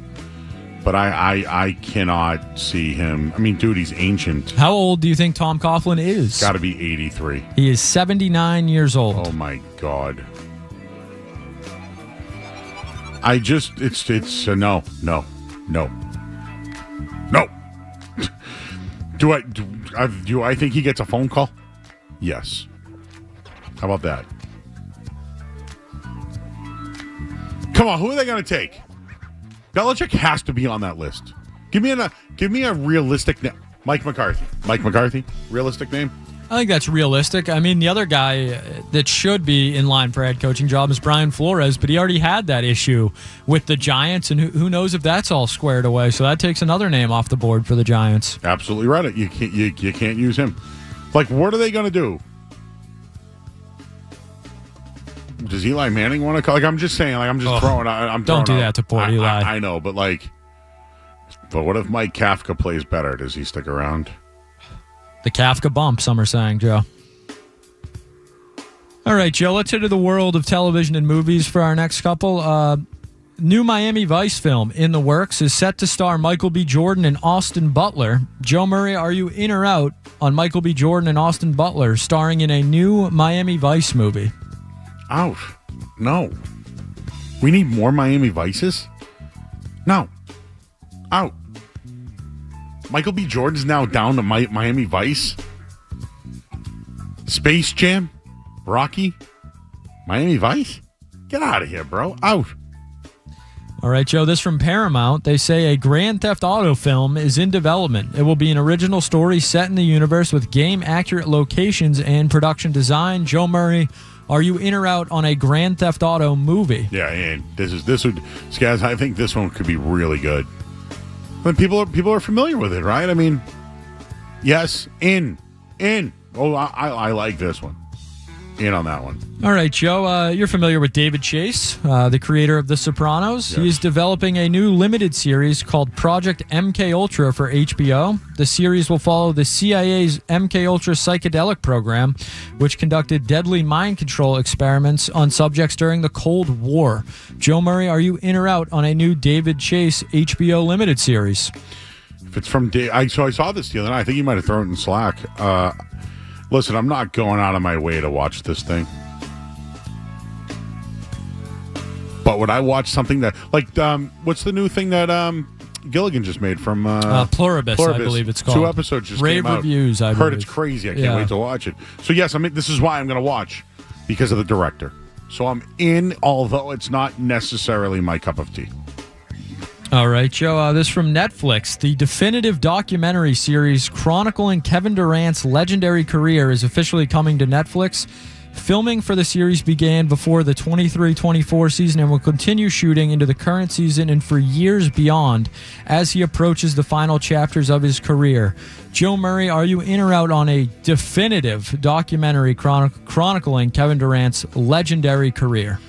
Yeah, I think he's going to go down as one of the greats, considering his size, championship, non-championships, career, Brooklyn, Oklahoma City, who he played with, Steph Curry. If there's anybody in the NBA that's still in the NBA who has a rub, and what I mean by rub is shared a spotlight with other great players, it's kind of hard not to look at Kevin Durant as one of those names. He's a polarizing figure. Dude, when I do card shows, that's the big name I get now. Hey, you got any Kevin Durant? Because people still love Kobe. They still love Jordan. They love the Magic Johnson Bird. They're still great cards. I have Hakeem Olajuwon cards. Does nothing. Great player, right? But Durant's cards, I think it's because he's rising up the list. If he can win with Houston, dude, he's somewhat of is he like the first social media? Like, think social media basketball. He's definitely the first guy to really embrace it and get in the mud, I would say. He's not afraid to get in the mud, and I like that about Durant. So he might be like the first social media basketball athlete, besides the guys that are gambling on sports. Yeah, those guys as well, yes. By the way, Major League Baseball coming down hard today. And specifically with gambling. You can no longer bet large on individual props. I think rightfully so. They did it to themselves. Agree. Thank you. All right, Joe, we got our first look at Stranger Things Tales from 85, a new animated series that follows the Hawkins group on an adventure set between seasons 2 and 3 of the main show. Joe Murray, are you in or out on an animated Stranger Things series? Out. I want nothing to do with it. Full transparency, I've only seen 2 seasons of Stranger Things, and I gave up. But I do like waffles. Do you like waffles? I like waffles. I've seen 1 season of Stranger Things. What's her name, 11? 11. Married to Bon Jovi's kid there. I like waffles. I like Bon Jovi. Do you Not know as much as Belichick. Do you know that's John Hamlet's Twitter handle? I love Waffles 8. And it's... He could have won 11. Heard worse, yeah. And by the way, that came out before Stranger Things. So John Hamlet, who you may hear on Rhode Island radio every once in a while, because I forget where, was I down the Cape? I can't remember where I was once. No, I was in Rhode Island. Like a year ago, I'm in Rhode Island. And I heard John Hamlet, and I texted him immediately. I go, dude, I hear you on the radio. I loved working with him. If I could put Sean Silver and John Hamlet in a room together, the 3 of us, imagine the ratings. Imagine the ratings. No fluids, though. No fluids. Joe, this from Rob Bradford, I would say about 20 minutes ago. He says they have met with Craig Breslow. Takeaways are good news. They're hoping they will have interest in Alonso, Joe Ryan. Priorities are middle-of-the-order power and a pitcher who can pitch alongside Crochet at the number 2 spot. Joe Murray, are you in or out on the Red Sox not trying to, but actually acquiring a number 2 starter this offseason? I'm in, but you know what? I know you just mentioned that. I've heard a lot about bats. And Pete Alonso, I heard Bradford also posted that Pete Alonso's wife from Quincy. You ever see Ted? Oh, I've seen Ted. When what was her name? Mary Ellen. Jamie Lynn. There you go. Remember? I know what you're saying. Does she have one of those names, the Lynn in it? Yeah, come to Quincy. Watch. I think the Pete Alonso thing's real. Pete Alonso or Kyle Schwarber? The report was they have more interest in Alonso than Schwarber. But maybe they know Schwarber won't come back because of the Philly. Why would Schwarber leave? For real. Philly can pay him, right? I think more and more the Red Sox are going to try to make a trade than sign somebody. Jarren Duran, though, and we were going to do this earlier. I think Jarren Duran's out. See ya. For $7 million, though? Serenites. Oh, my Friday God. night we'll be back, Joe. Friday night. All right. That's in or out. We'll talk to John Serenites coming up next here on the Sports Hub. You're listening to Joe Murray on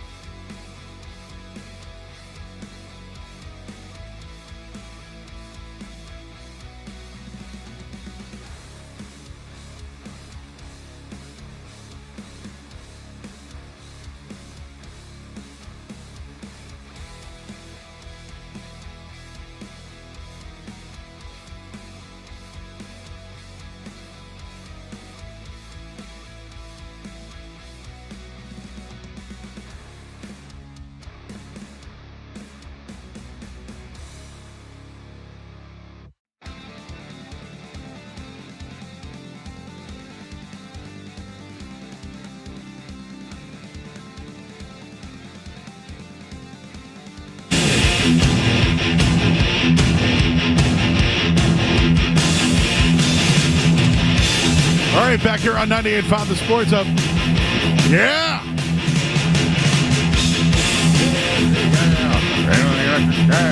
And it'll hold me down.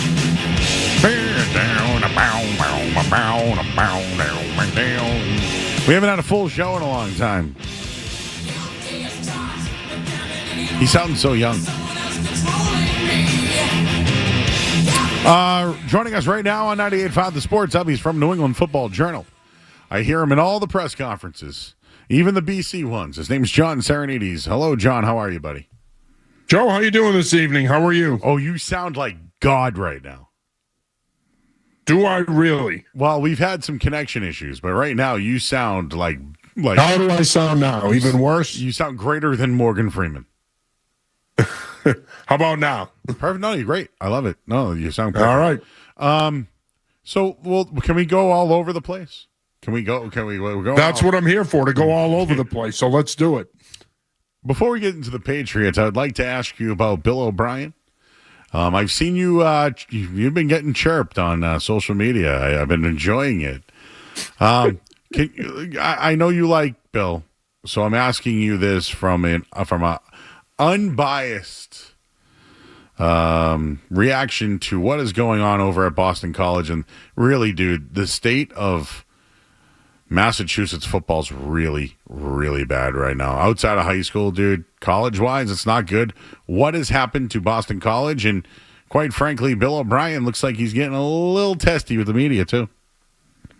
Yeah, I mean, look, I think the bottom line here is that we're living in a time now in college football, Joe, where you've got to spend money in terms of your NIL initiative and bring in quality players in the portal.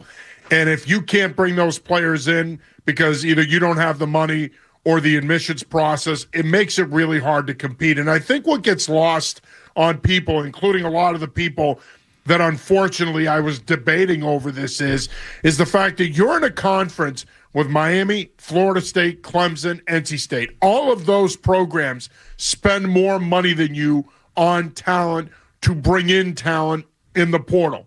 And until Boston College can get into the same neighborhood financially in terms of spending money on players and bringing in talent, and until they can get to a place where they're comfortable loosening up their admission standards to potentially bring in better talent, it's going to be really hard to compete in this modern landscape of college football.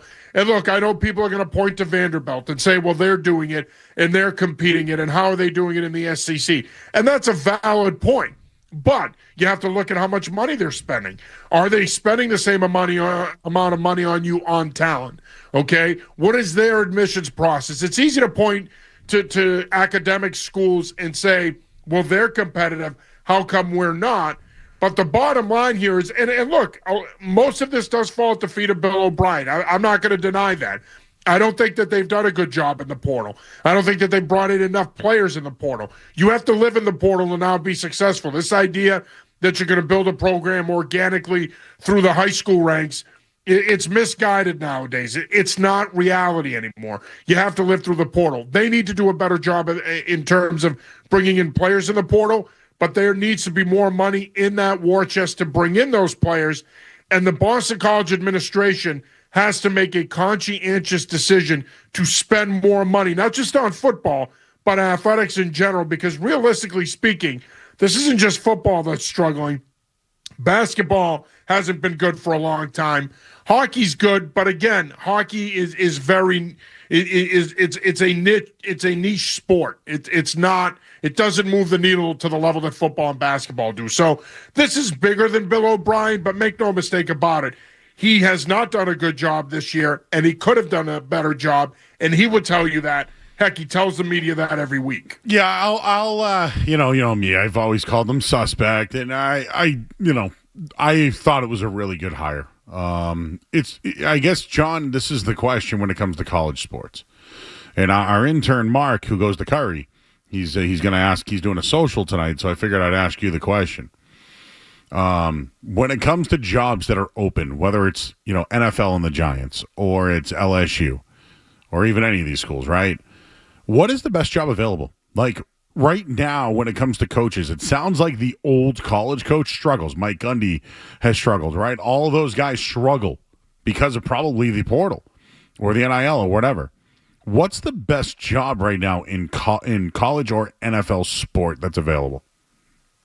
Well, I think in college it's LSU. When you talk about the type of money that's put into the program, the facilities, the commitment to NIL, the commitment to player acquisition, the commitment to spending on assistant coaches, LSU, in my opinion, is the best job available right now in college football.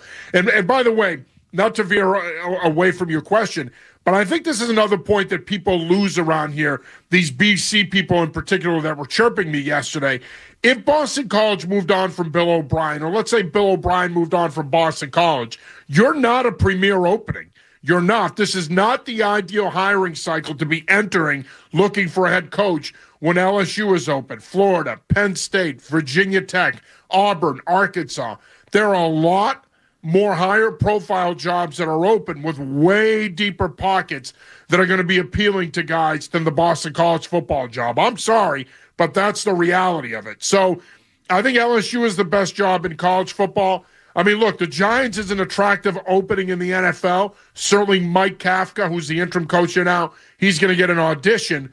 But the Mariners are going to be able to hire whoever they want for that opening. It's an appealing job in the world's largest market. But in college football, it's LSU. And again, like I said, if you're a Boston College fan, I know you're discouraged, you're not happy, but careful what you wish for here. I'm not sure it's a good idea to either move on from Bill O'Brien or have him move on. Now's not the time. I agree. Like, I think he needs a little bit more time. And can we just be fair? Is BC even a destination anymore for athletes, right? Like, look what's going on right now in high school sports. I mean, St. John's Prep is one of the top quarterbacks that they've had in a long time. I mean, Brian St. Pierre is the head coach there. I mean, they're undefeated now, and we'll see what happens with them. But like, don't you feel like his trajectory could be BC, or is he going to look beyond that at this point? Well, I mean, I think it's way too early in terms of the young man we're talking about here, Christopher Vargas. Yeah, Vargas. I think it's way too early to project where he's going to go. More and more guys are committing earlier now because of the portal and because of all the player movement in college football. You don't want to miss out on an opportunity. So guys are committing sooner than they used to. But to go back to your question, is it a destination school anymore? It depends. Look, Dan Shaughnessy said this a long time ago about Boston College, and I think it's so true. Monday through Friday, Boston College wants to be Harvard. On Saturdays, they want to be Texas. It doesn't work that way anymore. Yep. This idea that if you go to Boston College, you're making a 40-year decision, it's a great idea in theory, but I got news for you. Today's student-athlete, they're all about how much you're going to pay me to come to your place and how much are you going to develop me so that I can get paid on Sundays to play in the NFL. If you can't pay them now and they can't get paid later, they don't care about your 40-year degree. At the end of the day, they're not worrying about working at Goldman Sachs. They want to work in the NFL. And so it's a slippery slope for Boston College. They're going to have to make a decision. What do you want to be here? Do you want to be a school that is an academic school but also very good at sports? Or do you want to be an academic school that plays sports? There's a big difference there, Joe. Absolutely. And the former Boston College football coach is the defensive coordinator tonight of the Green Bay Packers. And, if they continue to play good defense, who knows? Maybe he'll be a head coach or on a head coach list at some point in the NFL. Oh, absolutely. Look, obviously we got to know Jeff Hafley during his time here at Boston College. He's smart. A very good X&O coach, very good defensive coach. He's also very personable. He connects with players. He's a guy that can get people to buy in. I think if the Packers end up finishing strong defensively, make a run in the playoffs, you better believe at the very least he's going to interview. And depending on how those interviews go, he will be a prime candidate for one or two of these openings. And I will say this. I don't like to talk about coaches leaving one job to go to another. He is a New Jersey guy. I mean, I shouldn't say he will, but he could potentially end up being on the Giants' radar if they decide that they're going to have a true open process and interview offensive and defensive coaches. All right. I was just going to ask you the Bill Belichick statement. I will say this about Belichick. North Carolina is playing better football. Like, he's right. Like, people want to crap on Bill, but the team his pullovers are still too tight. But other than that, you're right. They are playing better football. They're playing better. They look like a more organized team, and I'll give him that. Even though they didn't cover against Stanford, I'll give him that. But could Bill be on that list that you just mentioned with the Giants? I think he can. Yes. I know people are going to think I'm crazy for saying it. And no, I'm not pumping Belichick's tires. And no, I'm not reminiscing and wishing he were back in the NFL. I'm being honest. Look, we know his history with the New York Giants. We know his affinity for the New York Giants. The Mara family and him have had their ups and downs through the years, supposedly. But I think he 100% could be on that list, especially because, look, if you look to bring in a guy like Bill Belichick, it's a short-term thing. We all know that. The guy's entering his mid-70s. I mean, he's Marv Levy, right? Like, you're bringing him in for a 2 to 4 year window where you hope he turns you around, puts you in a position where you can contend and potentially deliver a Super Bowl. That's why you're bringing him in. Now, I don't think Bill Belichick will ever have total control again. That's out the window. But if he's willing to work with a general manager that he likes and respects, I do think that there will be that 1 or 2 owners in this process after the season that will look at their situation and say, why not? Why not interview him? At the very least, bring him in, pick his brain, see what he has to say, and see if he's worth bringing back to the NFL and hiring. And I think the New York Giants could potentially be one of those teams. I think it's a long shot. I think the Mara family would prefer to go younger than Belichick. But if they believe that Jackson Dart can develop further and become that franchise quarterback that he looks like he could become, if they believe he can take them to the next level, especially Dart, I think he'll be in the mix there. Now, again, he's not a quarterbacks guy, but if he hires the right offensive coordinator to develop him, like I said, I think he'll be in the mix. All right, talking to John Serenites of New England Football Journal.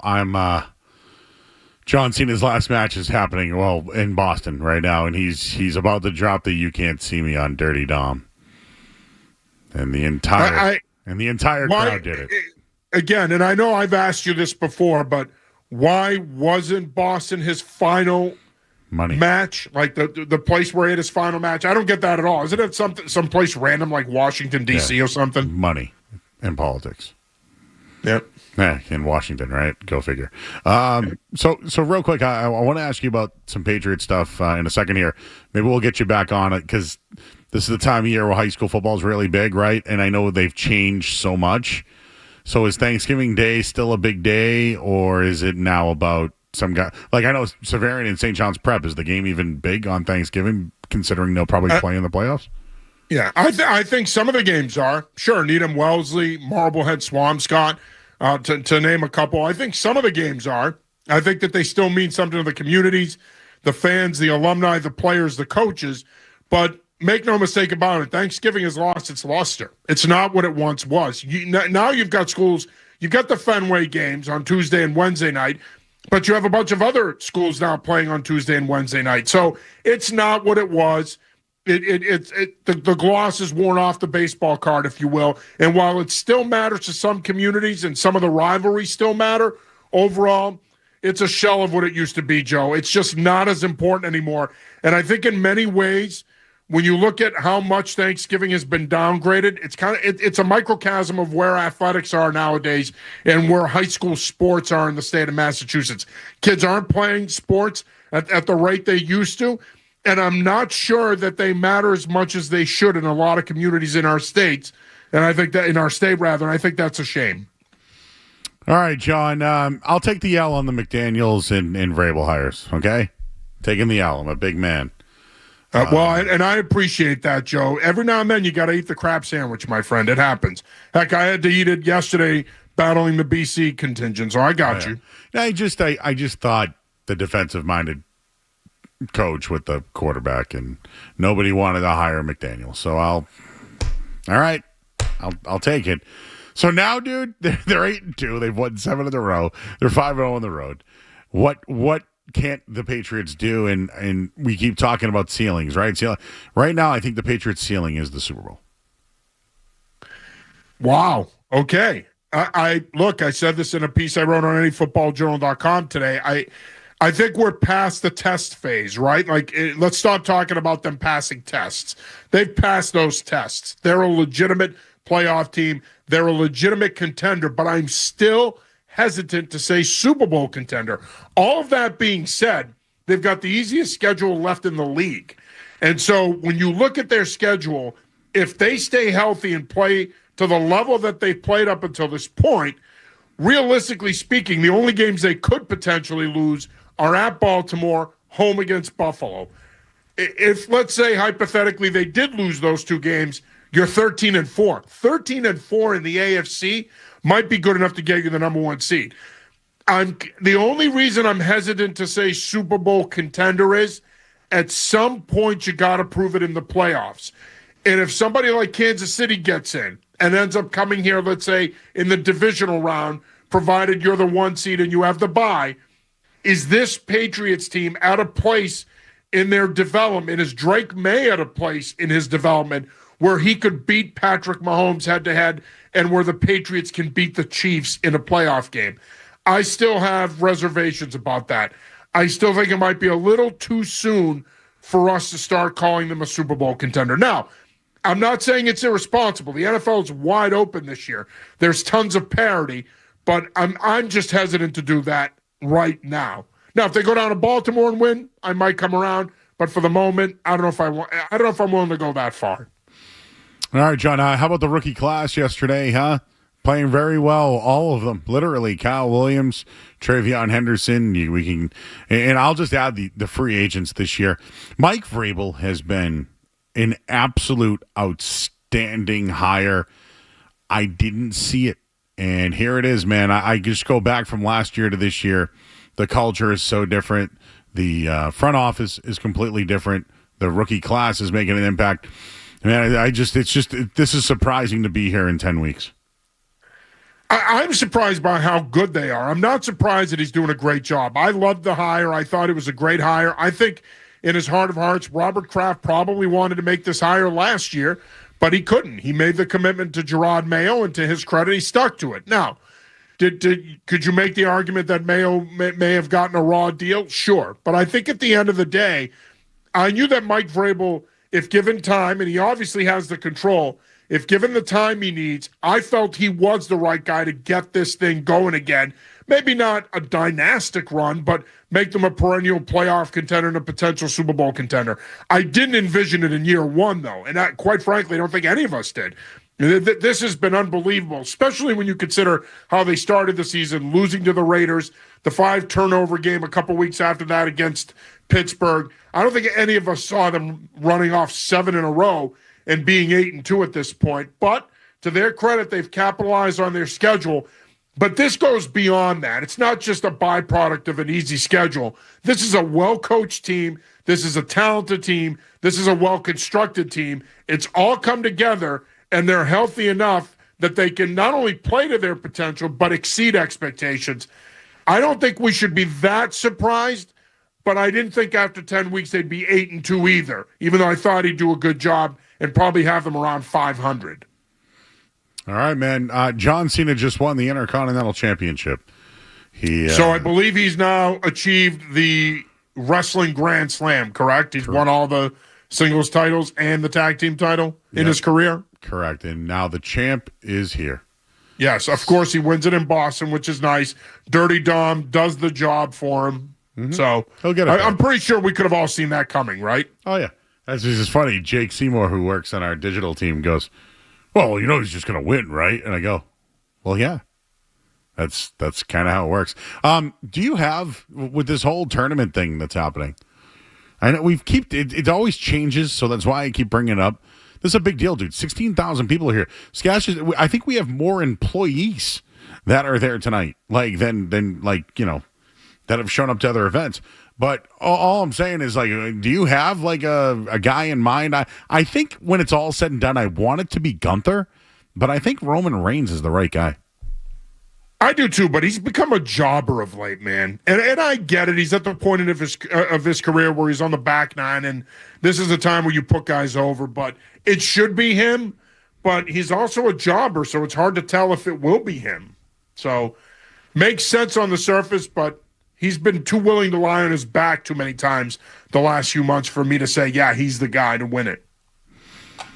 Yep. Well, maybe you can go back and watch that during our interview. Jets short week. Any concerns here? They're playing better. Obviously, they're starting to buy into Aaron Glenn. I think getting Sauce Gardner and Quinnen Williams out of there was an unbelievable move by the Jets because, I mean, you ended up getting a boatload of picks that you can now use to rebuild this roster and build it in the image of your front office and your coach. Look, do I have concerns? Yes, it's the NFL. I mean, records go out the window on a week-to-week basis. Anybody can beat anybody. Do I think the Patriots are going to lose? No, I don't. Could I see the Jets playing them tough, though? Yes, absolutely, especially if Justin Fields plays well. And it's a short week. That tends to be a little bit of a neutralizer for teams that are underdogs or might not be as talented. So Patriots win, but I wouldn't expect a cakewalk here. I would be surprised if they beat them by 3 or 4 scores. I think it'll be a closer game than that. All right, one last one. Is there a developmental problem in the NFL? If you look at it, right? Cam Ward, drafted first overall, head coach fired. Jackson Dart's coach now fired. Last year, Caleb Williams' coach fired. Drake May's coach fired. Bryce Young, his coach fired. Trevor Lawrence. Is there a developmental problem? I think guys are having to play too fast. I think there's your developmental problem, in my opinion. Gone are the days where quarterbacks sat at least a year. They sat their rookie year. They learned, they observed, they marinated, and then they started in either year 2 or in some cases like Aaron Rodgers, well after that. In his case, he was in his 4th year in the league, or I'm sorry, his 3rd year in the league when he started. So I think that that's a big part of the developmental problem is that guys aren't sitting and learning and developing the way they used to. They're forced to play right away. They're not ready, and they struggle. The team struggles, and it ultimately costs the coach their job. I think that's a big part of it. Organizations, specifically owners, aren't patient enough anymore with quarterbacks, and it's affecting the job security of these coaches. Yep. All right, John, it's good to catch up, man. And I know you guys, what's King Philip up to? Well, we're playing Friday night. We are playing our arch rival, the Mansfield Hornets. We haven't played each other in 4 years. Last time we played was in the playoffs in 2021, but kids are excited about that. It's a great rivalry. Of course, the great Mike Redding coaches over at Mansfield, one of the legendary coaches in the state. So we'll have our hands full, but we're excited about that. It's an old-school Hockomock rivalry game in the playoffs. It doesn't get any better than that. We're fired up to play in the game. All right, John, we'll try to catch up before Thanksgiving and, of course, before the playoffs start up. Appreciate your time tonight. Good catching up, man. And he's John Serenites, everybody. New England Football Journal. Appreciate you, man. Thanks, brother. Appreciate you guys as well. Talk soon. You got it. All right. We hit on high school, college, NFL. We've done it all. We get the music at the end of the hour. Let's hit the headline right now. Essential Sports Hub headline presented by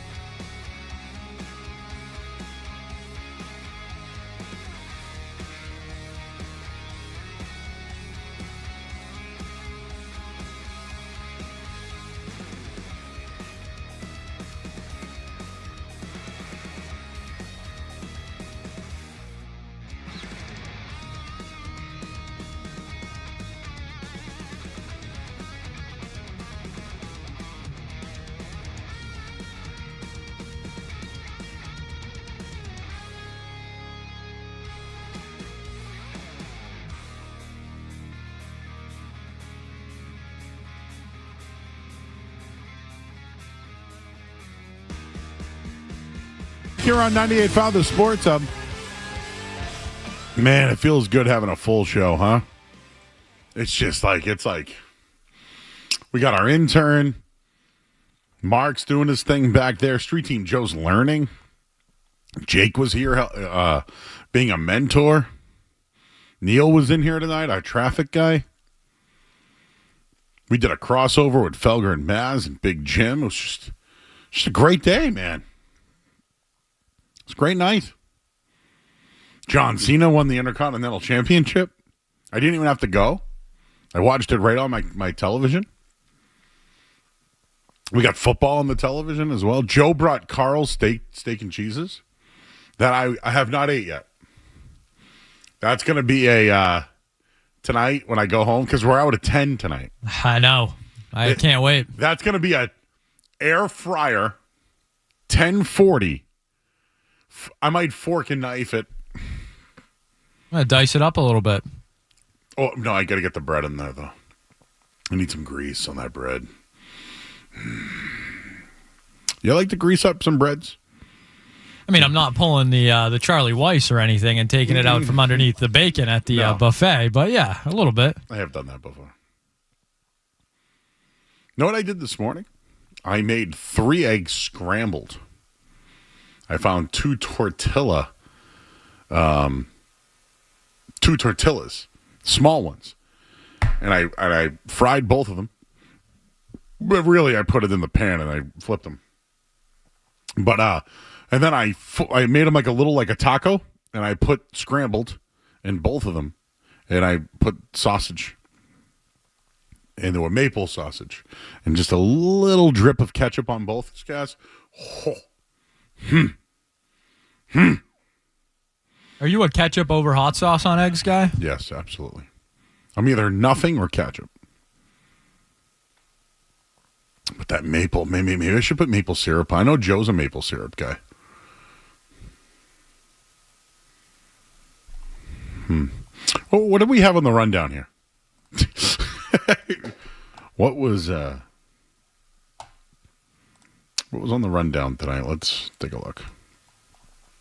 What haven't we done yet?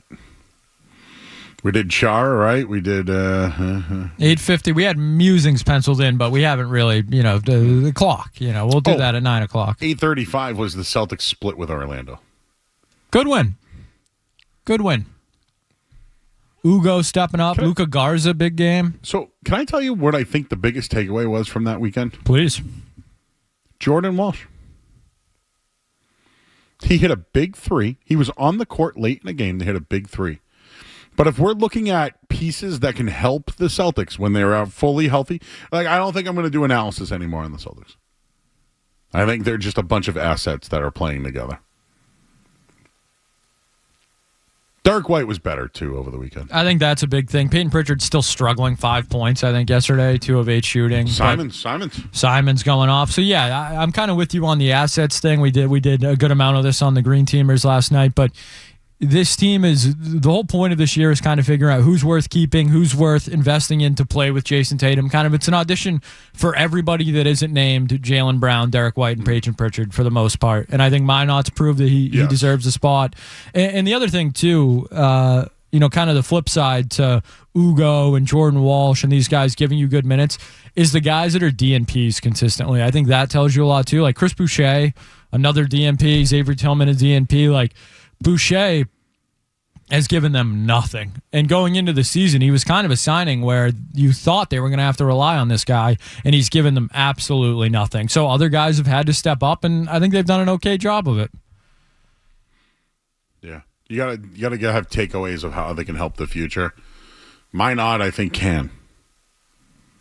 Garza had a good night. I just still not good defensively. But anyways, I digress. We have the musings. Street Team Joe said he wants to come in for the musings. So am I going to say no to Street Team Joe? No. So we'll do that next. First, this hour of the Sports Show is brought to you by our good friends over at Valvoline Instant Oil Change. Enjoy quick and convenient vehicle maintenance this month. Visit NewEnglandOilChange.com. You can save 15% off an extra oil change at Valvoline Instant Oil Change, the official oil change of busy people. I'm Joe Murray. Don't go anywhere. There's more Joe Murray. On the way on 98.5 The Sports Hub.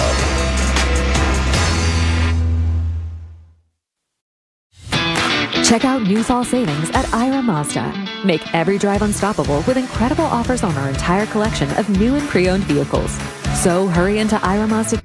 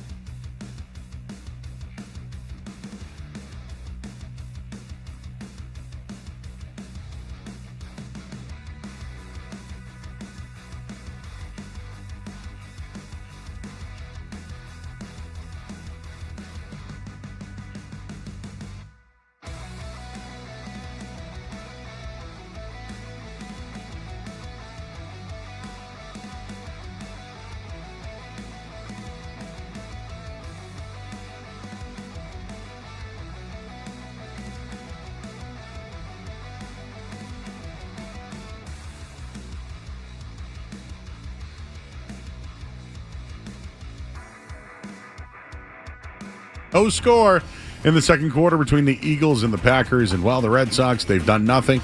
But they did say that Trevor Story will play shortstop this year. Roman Anthony did not win Rookie of the Year. Headlines, they are brought to you by Super Service Today. Winter's coming. Don't get caught in the cold. Super Service Today gives you a full heating system, health and safety check.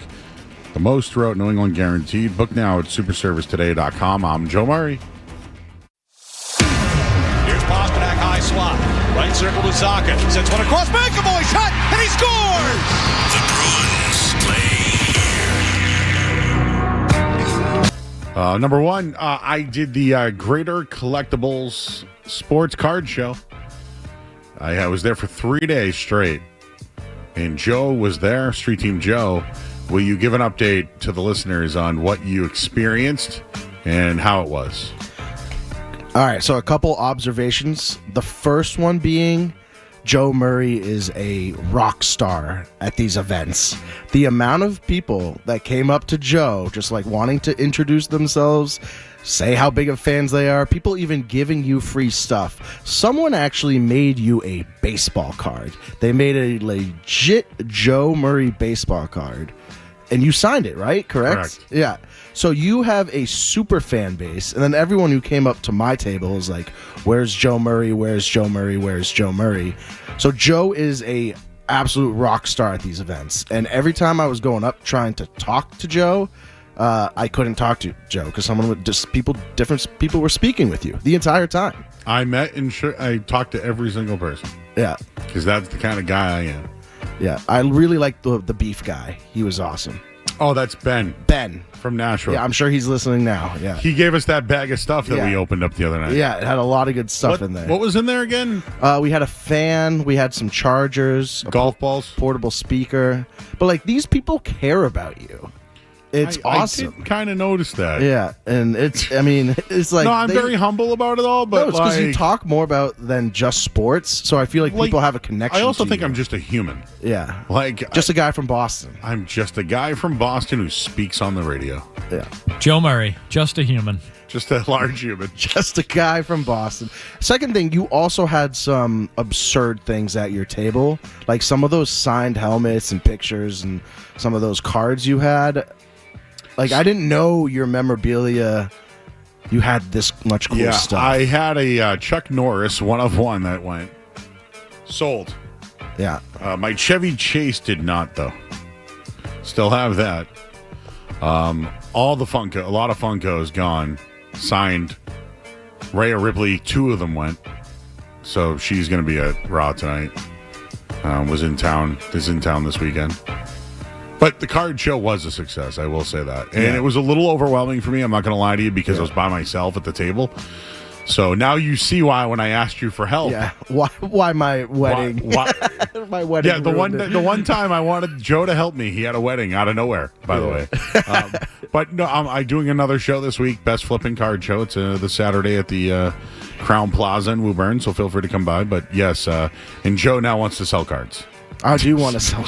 I have realized my card collection has gone too overboard, and I don't have the capital to keep spending on cards. And you got to sell too, man. Yeah, I figured I have to. You just can't keep buying them. You're gonna run out of money. You can't keep buying them. That's the issue. And it was a very overwhelming place because the cards there are absolutely crazy. There was like 300 tables. Every table's cooler than the next. Like there's endless amount of stuff. Like you saw cards, Joe, that were being sold for 10, 20 grand. I saw 100 grand. There was some really expensive cards. Yeah, it's a big thing, man. It's a big thing. All right, so the card. So and by the way, I would just like to say, Street Team Joe is also a rock star. Yeah. At the card show? Yeah. Oh yeah. How many people came up to you? Oh, a lot of people. Yeah, a lot of people knew who I was. I know. Yeah. I did an event this weekend with Matthew Slater, former Patriot.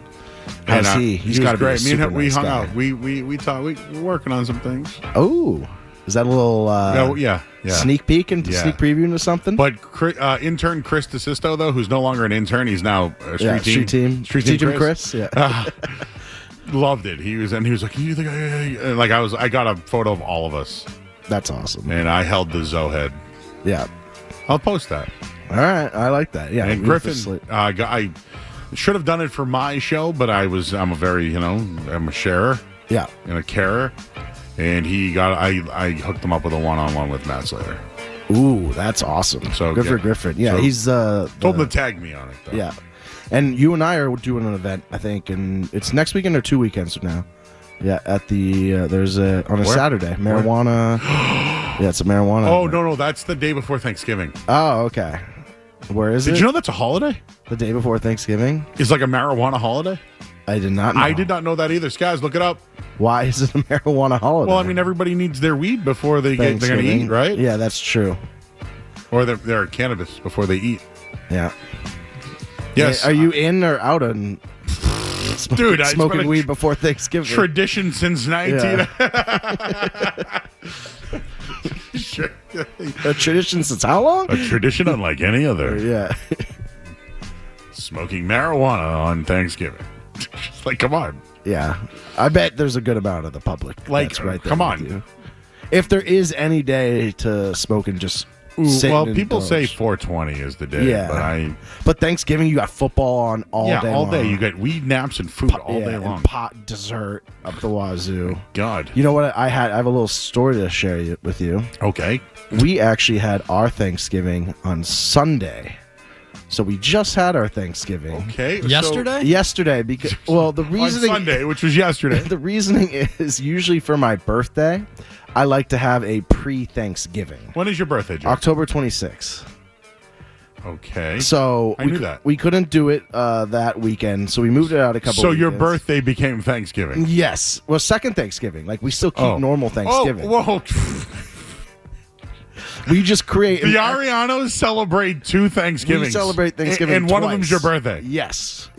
Okay. What was on the menu? Well, the reason why we do that is because I like that meal so much. I think that's like my favorite meal. Top 5? Top 5 for sure. Top 3 maybe. Okay. What was served yesterday? All right. So we had obviously the turkey, but inside the turkey is the stuffing. But we put bacon in our stuffing. So we have a bacon stuffing inside a turkey. I like a sausage. Yeah.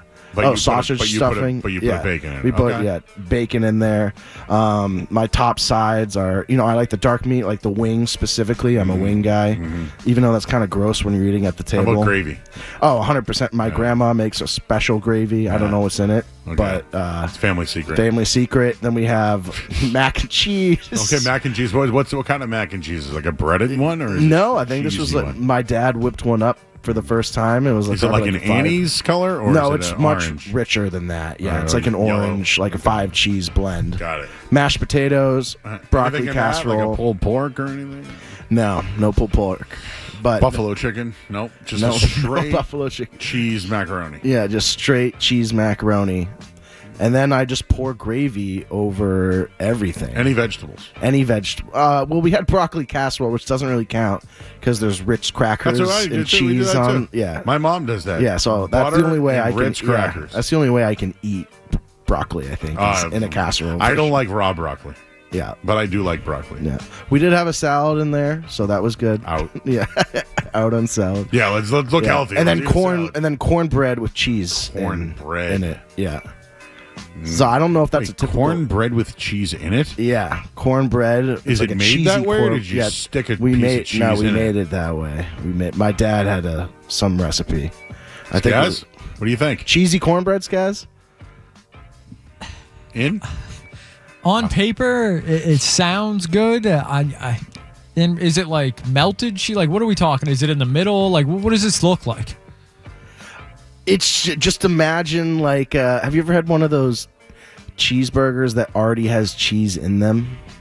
If you A go Lucy to burger, is that what they call yeah, them? if you go to like Juicy a Lucy? butcher, a butcher, they have those like with like almost blocks of cheese in them. So it was just like I was gonna say, is it a chopped block? That's yeah, it's like stuffed? cheese. Just imagine just like shredded cheese Is it- in your mix, in Do your they cook cornbread the cheese mix. with the cornbread, or is Yeah. the cornbread cooked and then the cheese goes in? No, it's the cheese is cooked with the cornbread. Okay. So just imagine in your Is there a cornbread cheese mix. pull when you eat it? Yeah, a little bit for sure. Yeah, I would say so. And We'd have to have Paul Ariano call in to give all the actual What about updates. squash? No, out on squash. Okay. In on any potatoes. I prefer baked potatoes. I love an au gratin. What's that? An au gratin potato? Yeah, don't know what that It's is. the It's got cheese on it. Yeah, it's a cheesy potato. Oh, okay. Then I'm in. Okay. Yeah, I just never heard of that. I like a before. mashed. Yeah. Just give me a mashed. Oh, what about cranberry sauce? We had cranberry sauce. Canned or the real thing? I don't think we went through the real thing. I think we did a can. God, I love a can. Yeah. I love my I don't think we cranberry put sauce that out of a in. can. That's how I want Yeah. it. And then dessert, we had some fantastic bakeries chocolate cream pie. And then Grammy made blueberry pie. Oh. And Mom made apple crisp. Oh. And then we will put run ice this cream on all the back. apple crisp? This exact same meal, we'll run it back on Thanksgiving. So there's no variance whatsoever No, to the meal. we're literally just doing this times. So it's almost two. like it's like the preseason. Yes, It's exactly. like It's a like a practice run. preseason This was like Thanksgiving. the dress rehearsal? Yes, exactly. A walkthrough, if you will. Except on actual Thanksgiving, it will just be my immediate family. Do you like So- do you like leftovers? Oh yeah, love leftovers. What's your favorite thing to do with a leftover? My favorite thing. What, are you talking about Thanksgiving I leftovers? mean, hopefully eat it is where this is going. Or are you talking my, about any my favorite thing to leftovers? do is to grab like two pieces of Wonder Bread. Yeah, turkey sandwich. But put the gravy on it. Mm-hmm. I want that thing gravied up. I'll even make the gobbler if I have to. You guys ever have the gobbler? I'm sorry? The gobbler. What's that? Please explain. Well, what I would do is I'd get a really nice bread, maybe a focaccia. Hold on. Hang on. What happened? Just that focaccia pronunciation there had me worried for a second. But a thick bread. Or I really love Wonder Bread with gravy.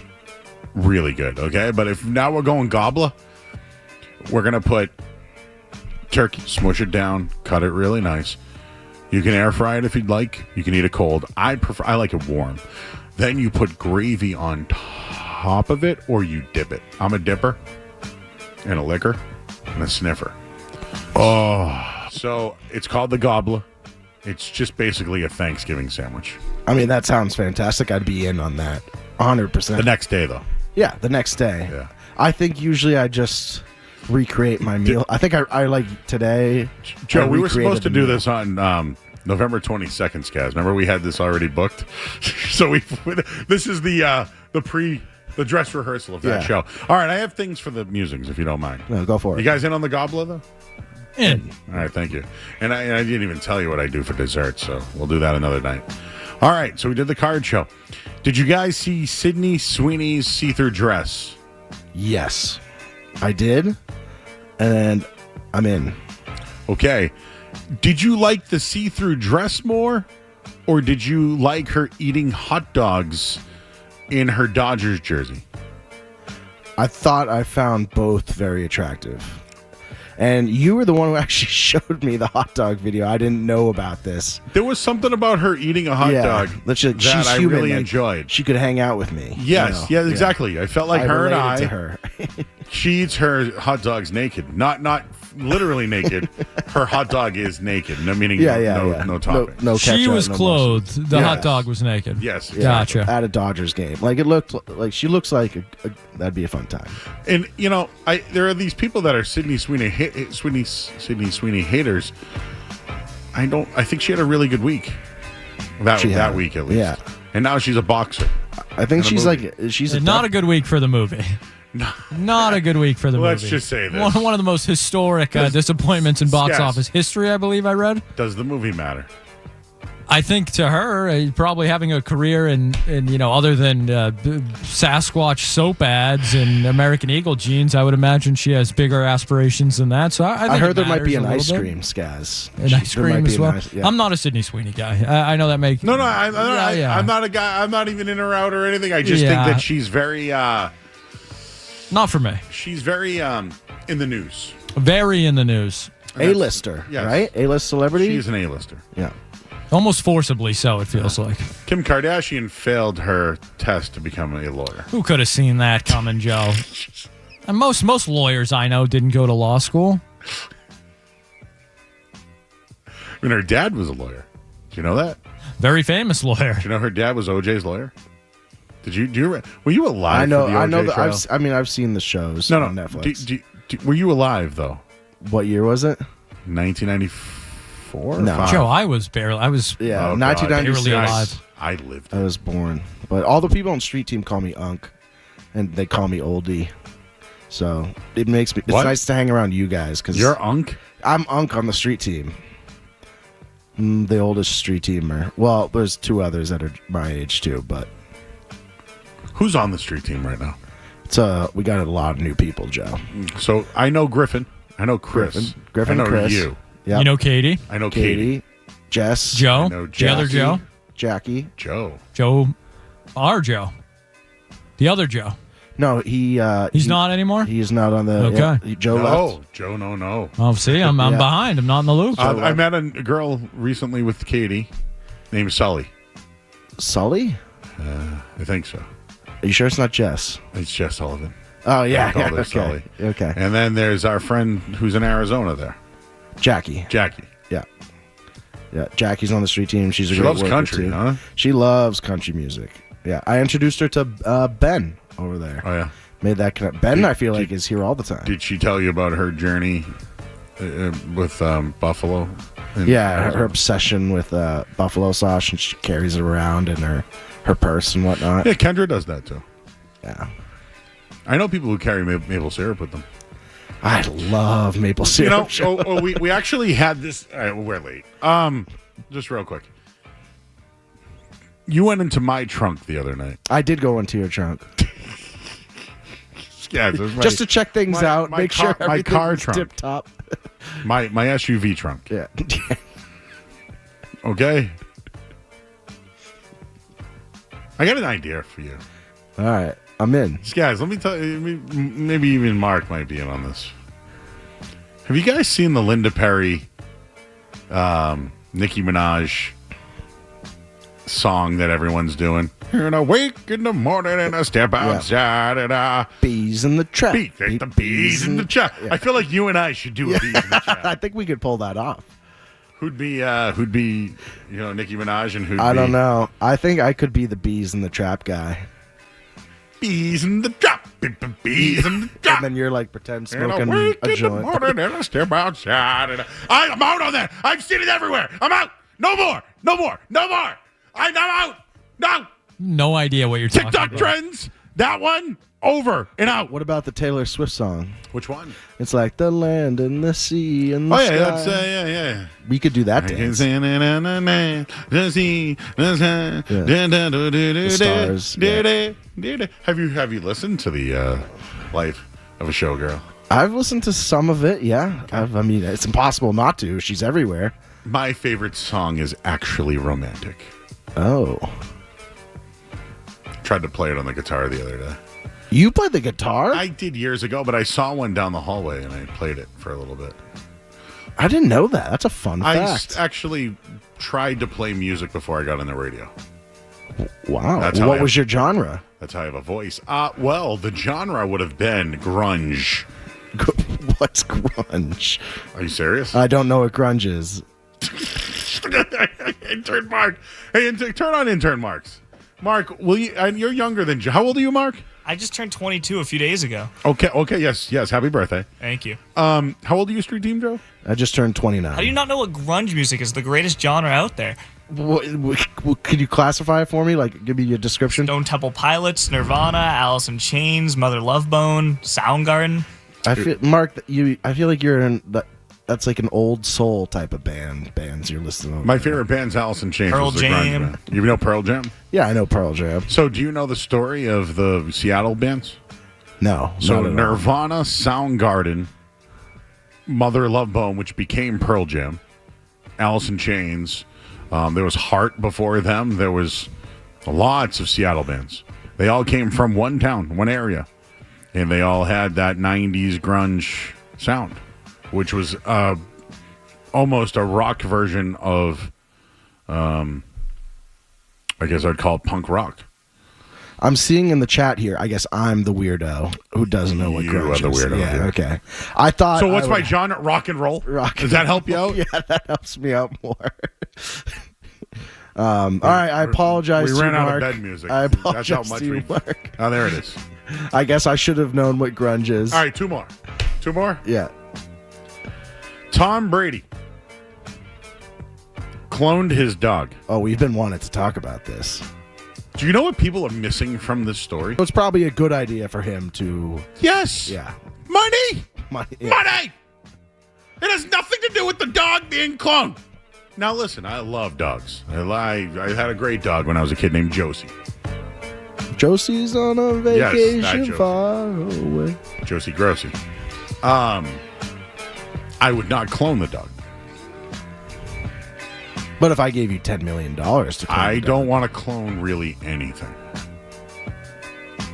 Maybe like like a car that I loved, maybe. You know? Like, Yeah. man, that car was so good. I think cloning's weird. Yes. I'm out on Dude, cloning. did you know the story of Ted Williams? No.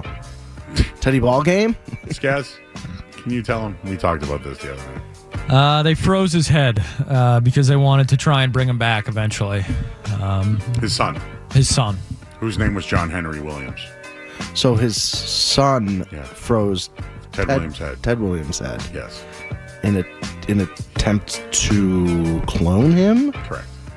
And he just never attempted to? I think John Henry died. John Henry Williams. Okay.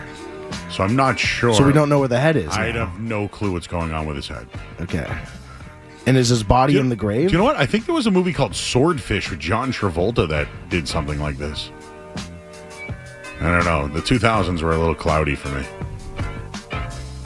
Are you looking at the chat? Yeah, I'm looking at everyone. What are they saying? Everyone's roasting me. This is why you can't say too high or too low, Joe, because, one day I'm a hero, one day I'm the weirdo. We haven't had a full show in so long. Yeah, so the I one feel day like we the need to do weirdo who this. doesn't know that genre of music. You really don't know who Pearl Jam is? No, I know who Pearl Jam is. You know who Nirvana is? I know who Nirvana is. Do you know who Soundgarden is? Heard of them. What about Alice in Chains? I've heard of them. I just didn't know that was the If genre I name. told you to just listen to an album on the way home, would you do it? No, I can't. I don't have the attention span for that. Anyone, if you listen to my favorite artist, I would not have the attention Who's your span. favorite artist? I'd probably go with right now, Cardi B. What's your favorite song by Cardi B?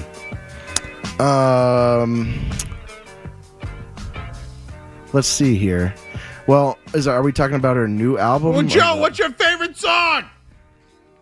Bodak Yellow. Okay, thank you. You not a WAP guy, Joe? I also like WAP. I like it like that. I said I like it like.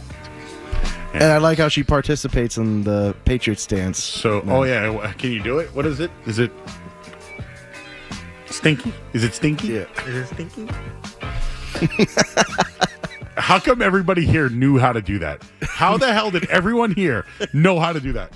Because it's awesome. I think that's our I think we should be doing TikToks of that instead of wake in the morning and I step outside. Bees in the top, bees in the top. Now that I'm thinking of it, that would be a funny video with us too, though. It would be a funny video if you and I recreated that.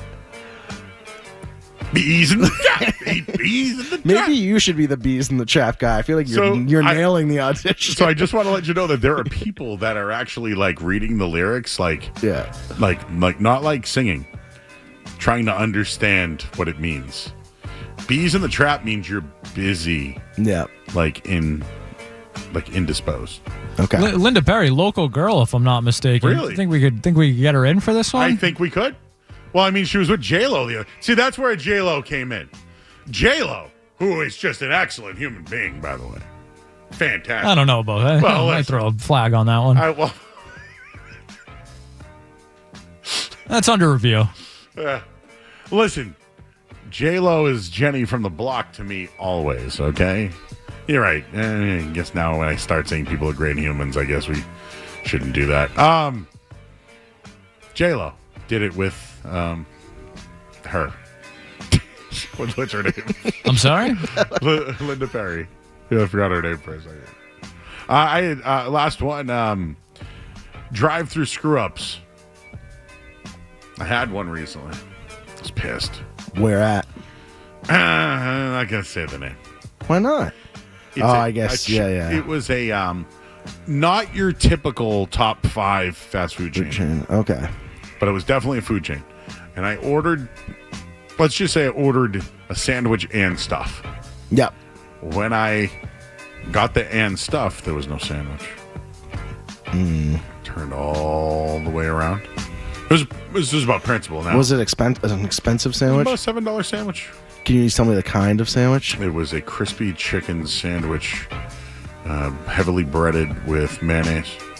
Or was it their ranch sauce? I can't remember. See, now I'm trying to think Had of bacon and pickles. I'm trying to think of the fast food places Really possibly big. could be. And Friendlies? Nope. And I walked right in and I said, "Hey, hate to do this to you, man, but forgot my sandwich." And he goes, "Oh, let me get it for you." Right then and there. Boom. That's pretty cool. I got kicked out of a bar this weekend, Joe. What happened? Well, I told this story already to Skaz in turn. Do we need to go to break? No. All right. Well, I would like to first start off that I was out with the street team. The street teamers were out, so this is why I was called Unk, because they're all young and I was the only older one going out. And so we were at this place called White Bull Tavern, and upstairs everyone was dancing. I eventually had to go to the bathroom. While I was in the bathroom, there was probably like 5 security guards that came in, and they grabbed me and they brought me downstairs. I was like freaking out. I was like, said, "Stop for a second. Like, why? What are you guys doing?" They said, "We're kicking you out. You threw a bottle." And You threw a bottle? No, I didn't throw a bottle. That's the whole thing. And I'm like, how? I was like, you guys obviously have me confused with somebody else. I'm completely sober right now.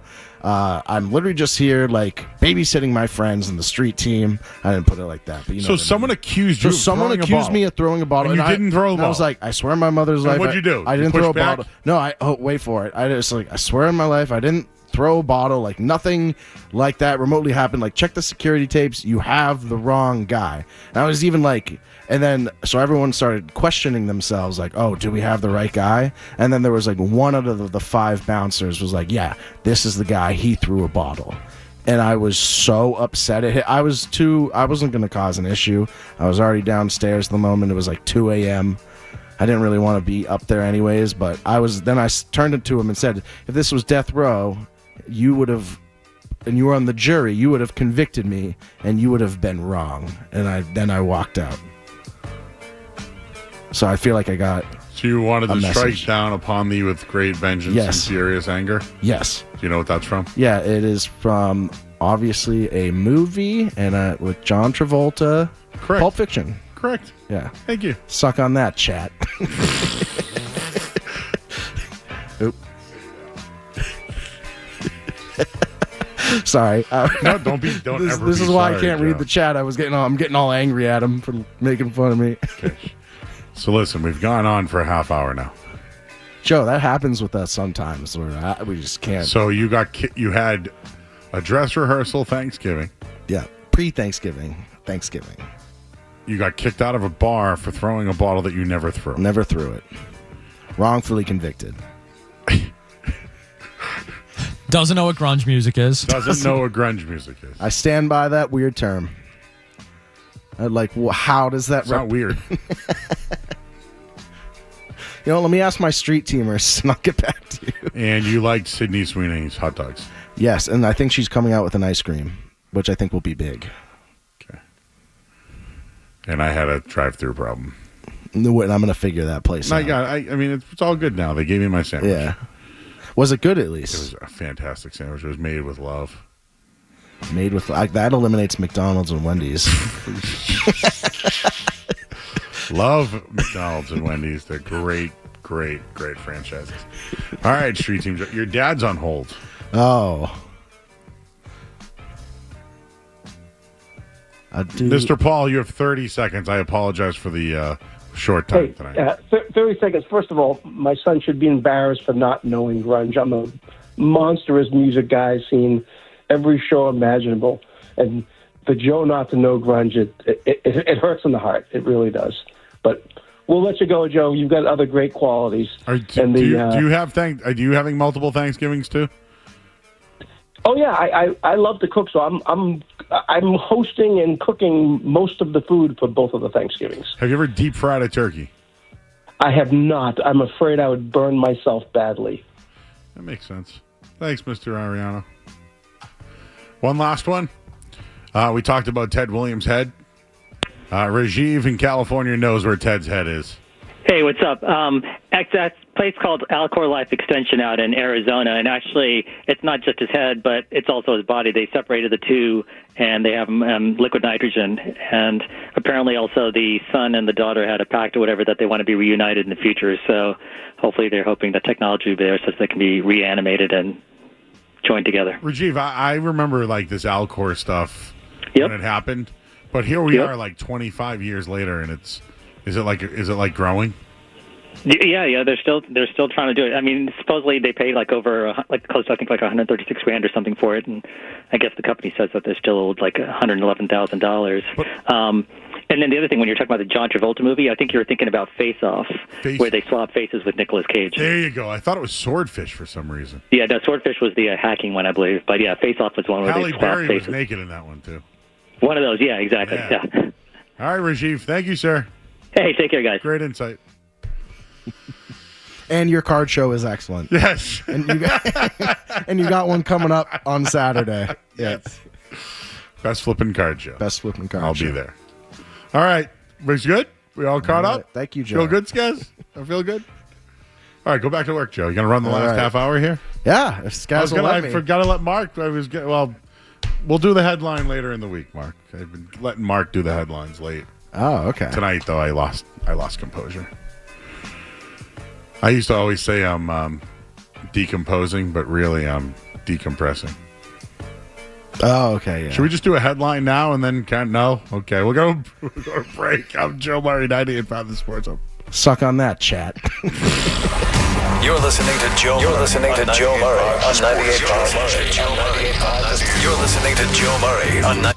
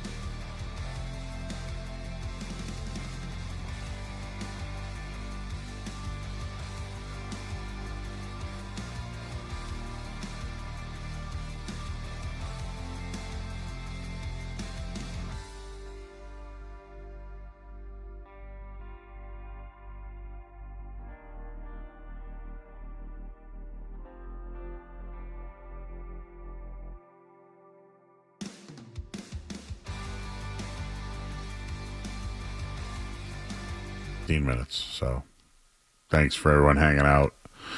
I mentioned earlier in the show that Zdeno Chara is being inducted into the Hall of Fame.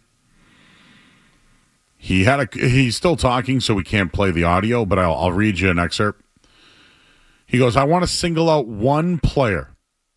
I want to thank Patrice Bergeron, my longest teammate, my co-captain Bergie. I could always count on you. You showed me and helped me to become a better leader, player, but more importantly, a better person. And, Chara, I told you the story, came from Ottawa, came to the Bruins, instantly a leader, changed the culture here. Bergeron was here, obviously, at the time. But just looking back on it, this is the guy that was the captain of that era of Bruins that we'll always look back on. Yes, it was disappointing in the long run to win only one championship. Losing to Chicago was tough. It's a tough one. The one against the Blues was really bad. And when Chara was gone, obviously, they also had one of the greatest single seasons ever and lost. So, in general, Chara was a great Boston Bruin. And when you look back at defensemen in Bruins history, yep, Bobby Orr, Ray Bourque, Zdeno Chara. It's just, that's a big three different players. But Patrice Bergeron getting his flowers will be the next potential Hall of Famer. Should be. Next one to get his number retired in Boston? Absolutely. And if there's one more to do it, the next one will be Brad Marchand. We're at halftime of the football game. It's the Packers and Eagles. No score at halftime. These primetime games are terrible. Did you watch last night's Chargers game? Woof. Did you watch the Broncos and Raiders the other night? Vomit. What the hell is Thursday night going to look like with the Patriots and the Jets? I know I've already gave you a vomit. I've already gave you a woof. Hopefully, it's not like this. No, this is hard to watch. And maybe there'll be more in the second half here. I can't blame the short weeks because one's off a bye. And the other's playing on Monday Night Football. So it's not the short weeks. It's not the defenses. Now, come on. This is horrible. These are supposed to be the two of the best teams in the NFC, and we're dealing with 0-0 at halftime? If you go to bed early on this one, you probably should. I'm sure there'll be a better second half here. But overall, the prime time games have been really, really hard to watch. Really hard to watch. And this one isn't any better. So I got those two things when it comes to the Hall of Fame. John Cena had his last match tonight, everybody, in Boston. Raw's still going on. I have it on my screen right now. And I just wanted to bring up some of the numbers for the Patriots this year. The Athletic, of course, came up with this one, but there's a playoff predictor. It gives the Patriots a better than 80% chance of hosting a playoff game and a 35% chance at a bye. So as of today, the Patriots have a 35% chance of a bye in the first round. They have an 80% chance of hosting a playoff game. I love those chances. But when you really look at the league, right, if we take a look at the standings here, things are very, very bottom heavy. And what I mean by that is this. You have the Colts, Broncos, and Patriots at the top. Right now, it's Jacksonville, Buffalo, and the Chargers and Steelers on the bottom. I think Jacksonville will probably teeter off. If the Chiefs can beat the Broncos, the Chiefs are back in the conversation. If somehow the Texans can go on a run, they can pass the Jaguars. If the Ravens, or even Bengals for that matter, can go on a run, they will enter the playoff picture if the Steelers seem to falter. What that would mean is the Chiefs, Ravens, and Bengals, potentially, one of the two at the end, could be your 6th and 7th seeds. That would mean that the bottom of the playoffs would be bottom heavy. So if the Patriots, when their easy schedule continues to play the way that they are, they could be the top seed, get a bye.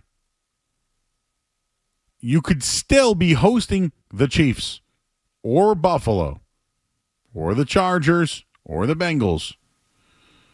So that's why I think it's important to take advantage of the schedule that you have. Take advantage of it. Win the AFC East. Get the top seed and get the bye. I know that home field hasn't meant much for the Patriots over the last couple of years. It's been better of late, and you want to host a playoff game at home. You want that. In a perfect world right now, it would be Pats, Buffalo in round 1, I believe. Broncos, Jacksonville round 2. In the first round as well. And then it would be Steelers, Chargers, a rematch of last night's game. But at some point, I think Ravens, Bengals, one of those two teams maybe surpasses the Steelers. Can the Chiefs continue to win and play better to pass the Jaguars? It's a good year to get the bye. Patriots are in good shape. All right, let's get out of here tonight, everybody. Thanks, intern Mark from Curry. Joe Ariano, thank you, sir.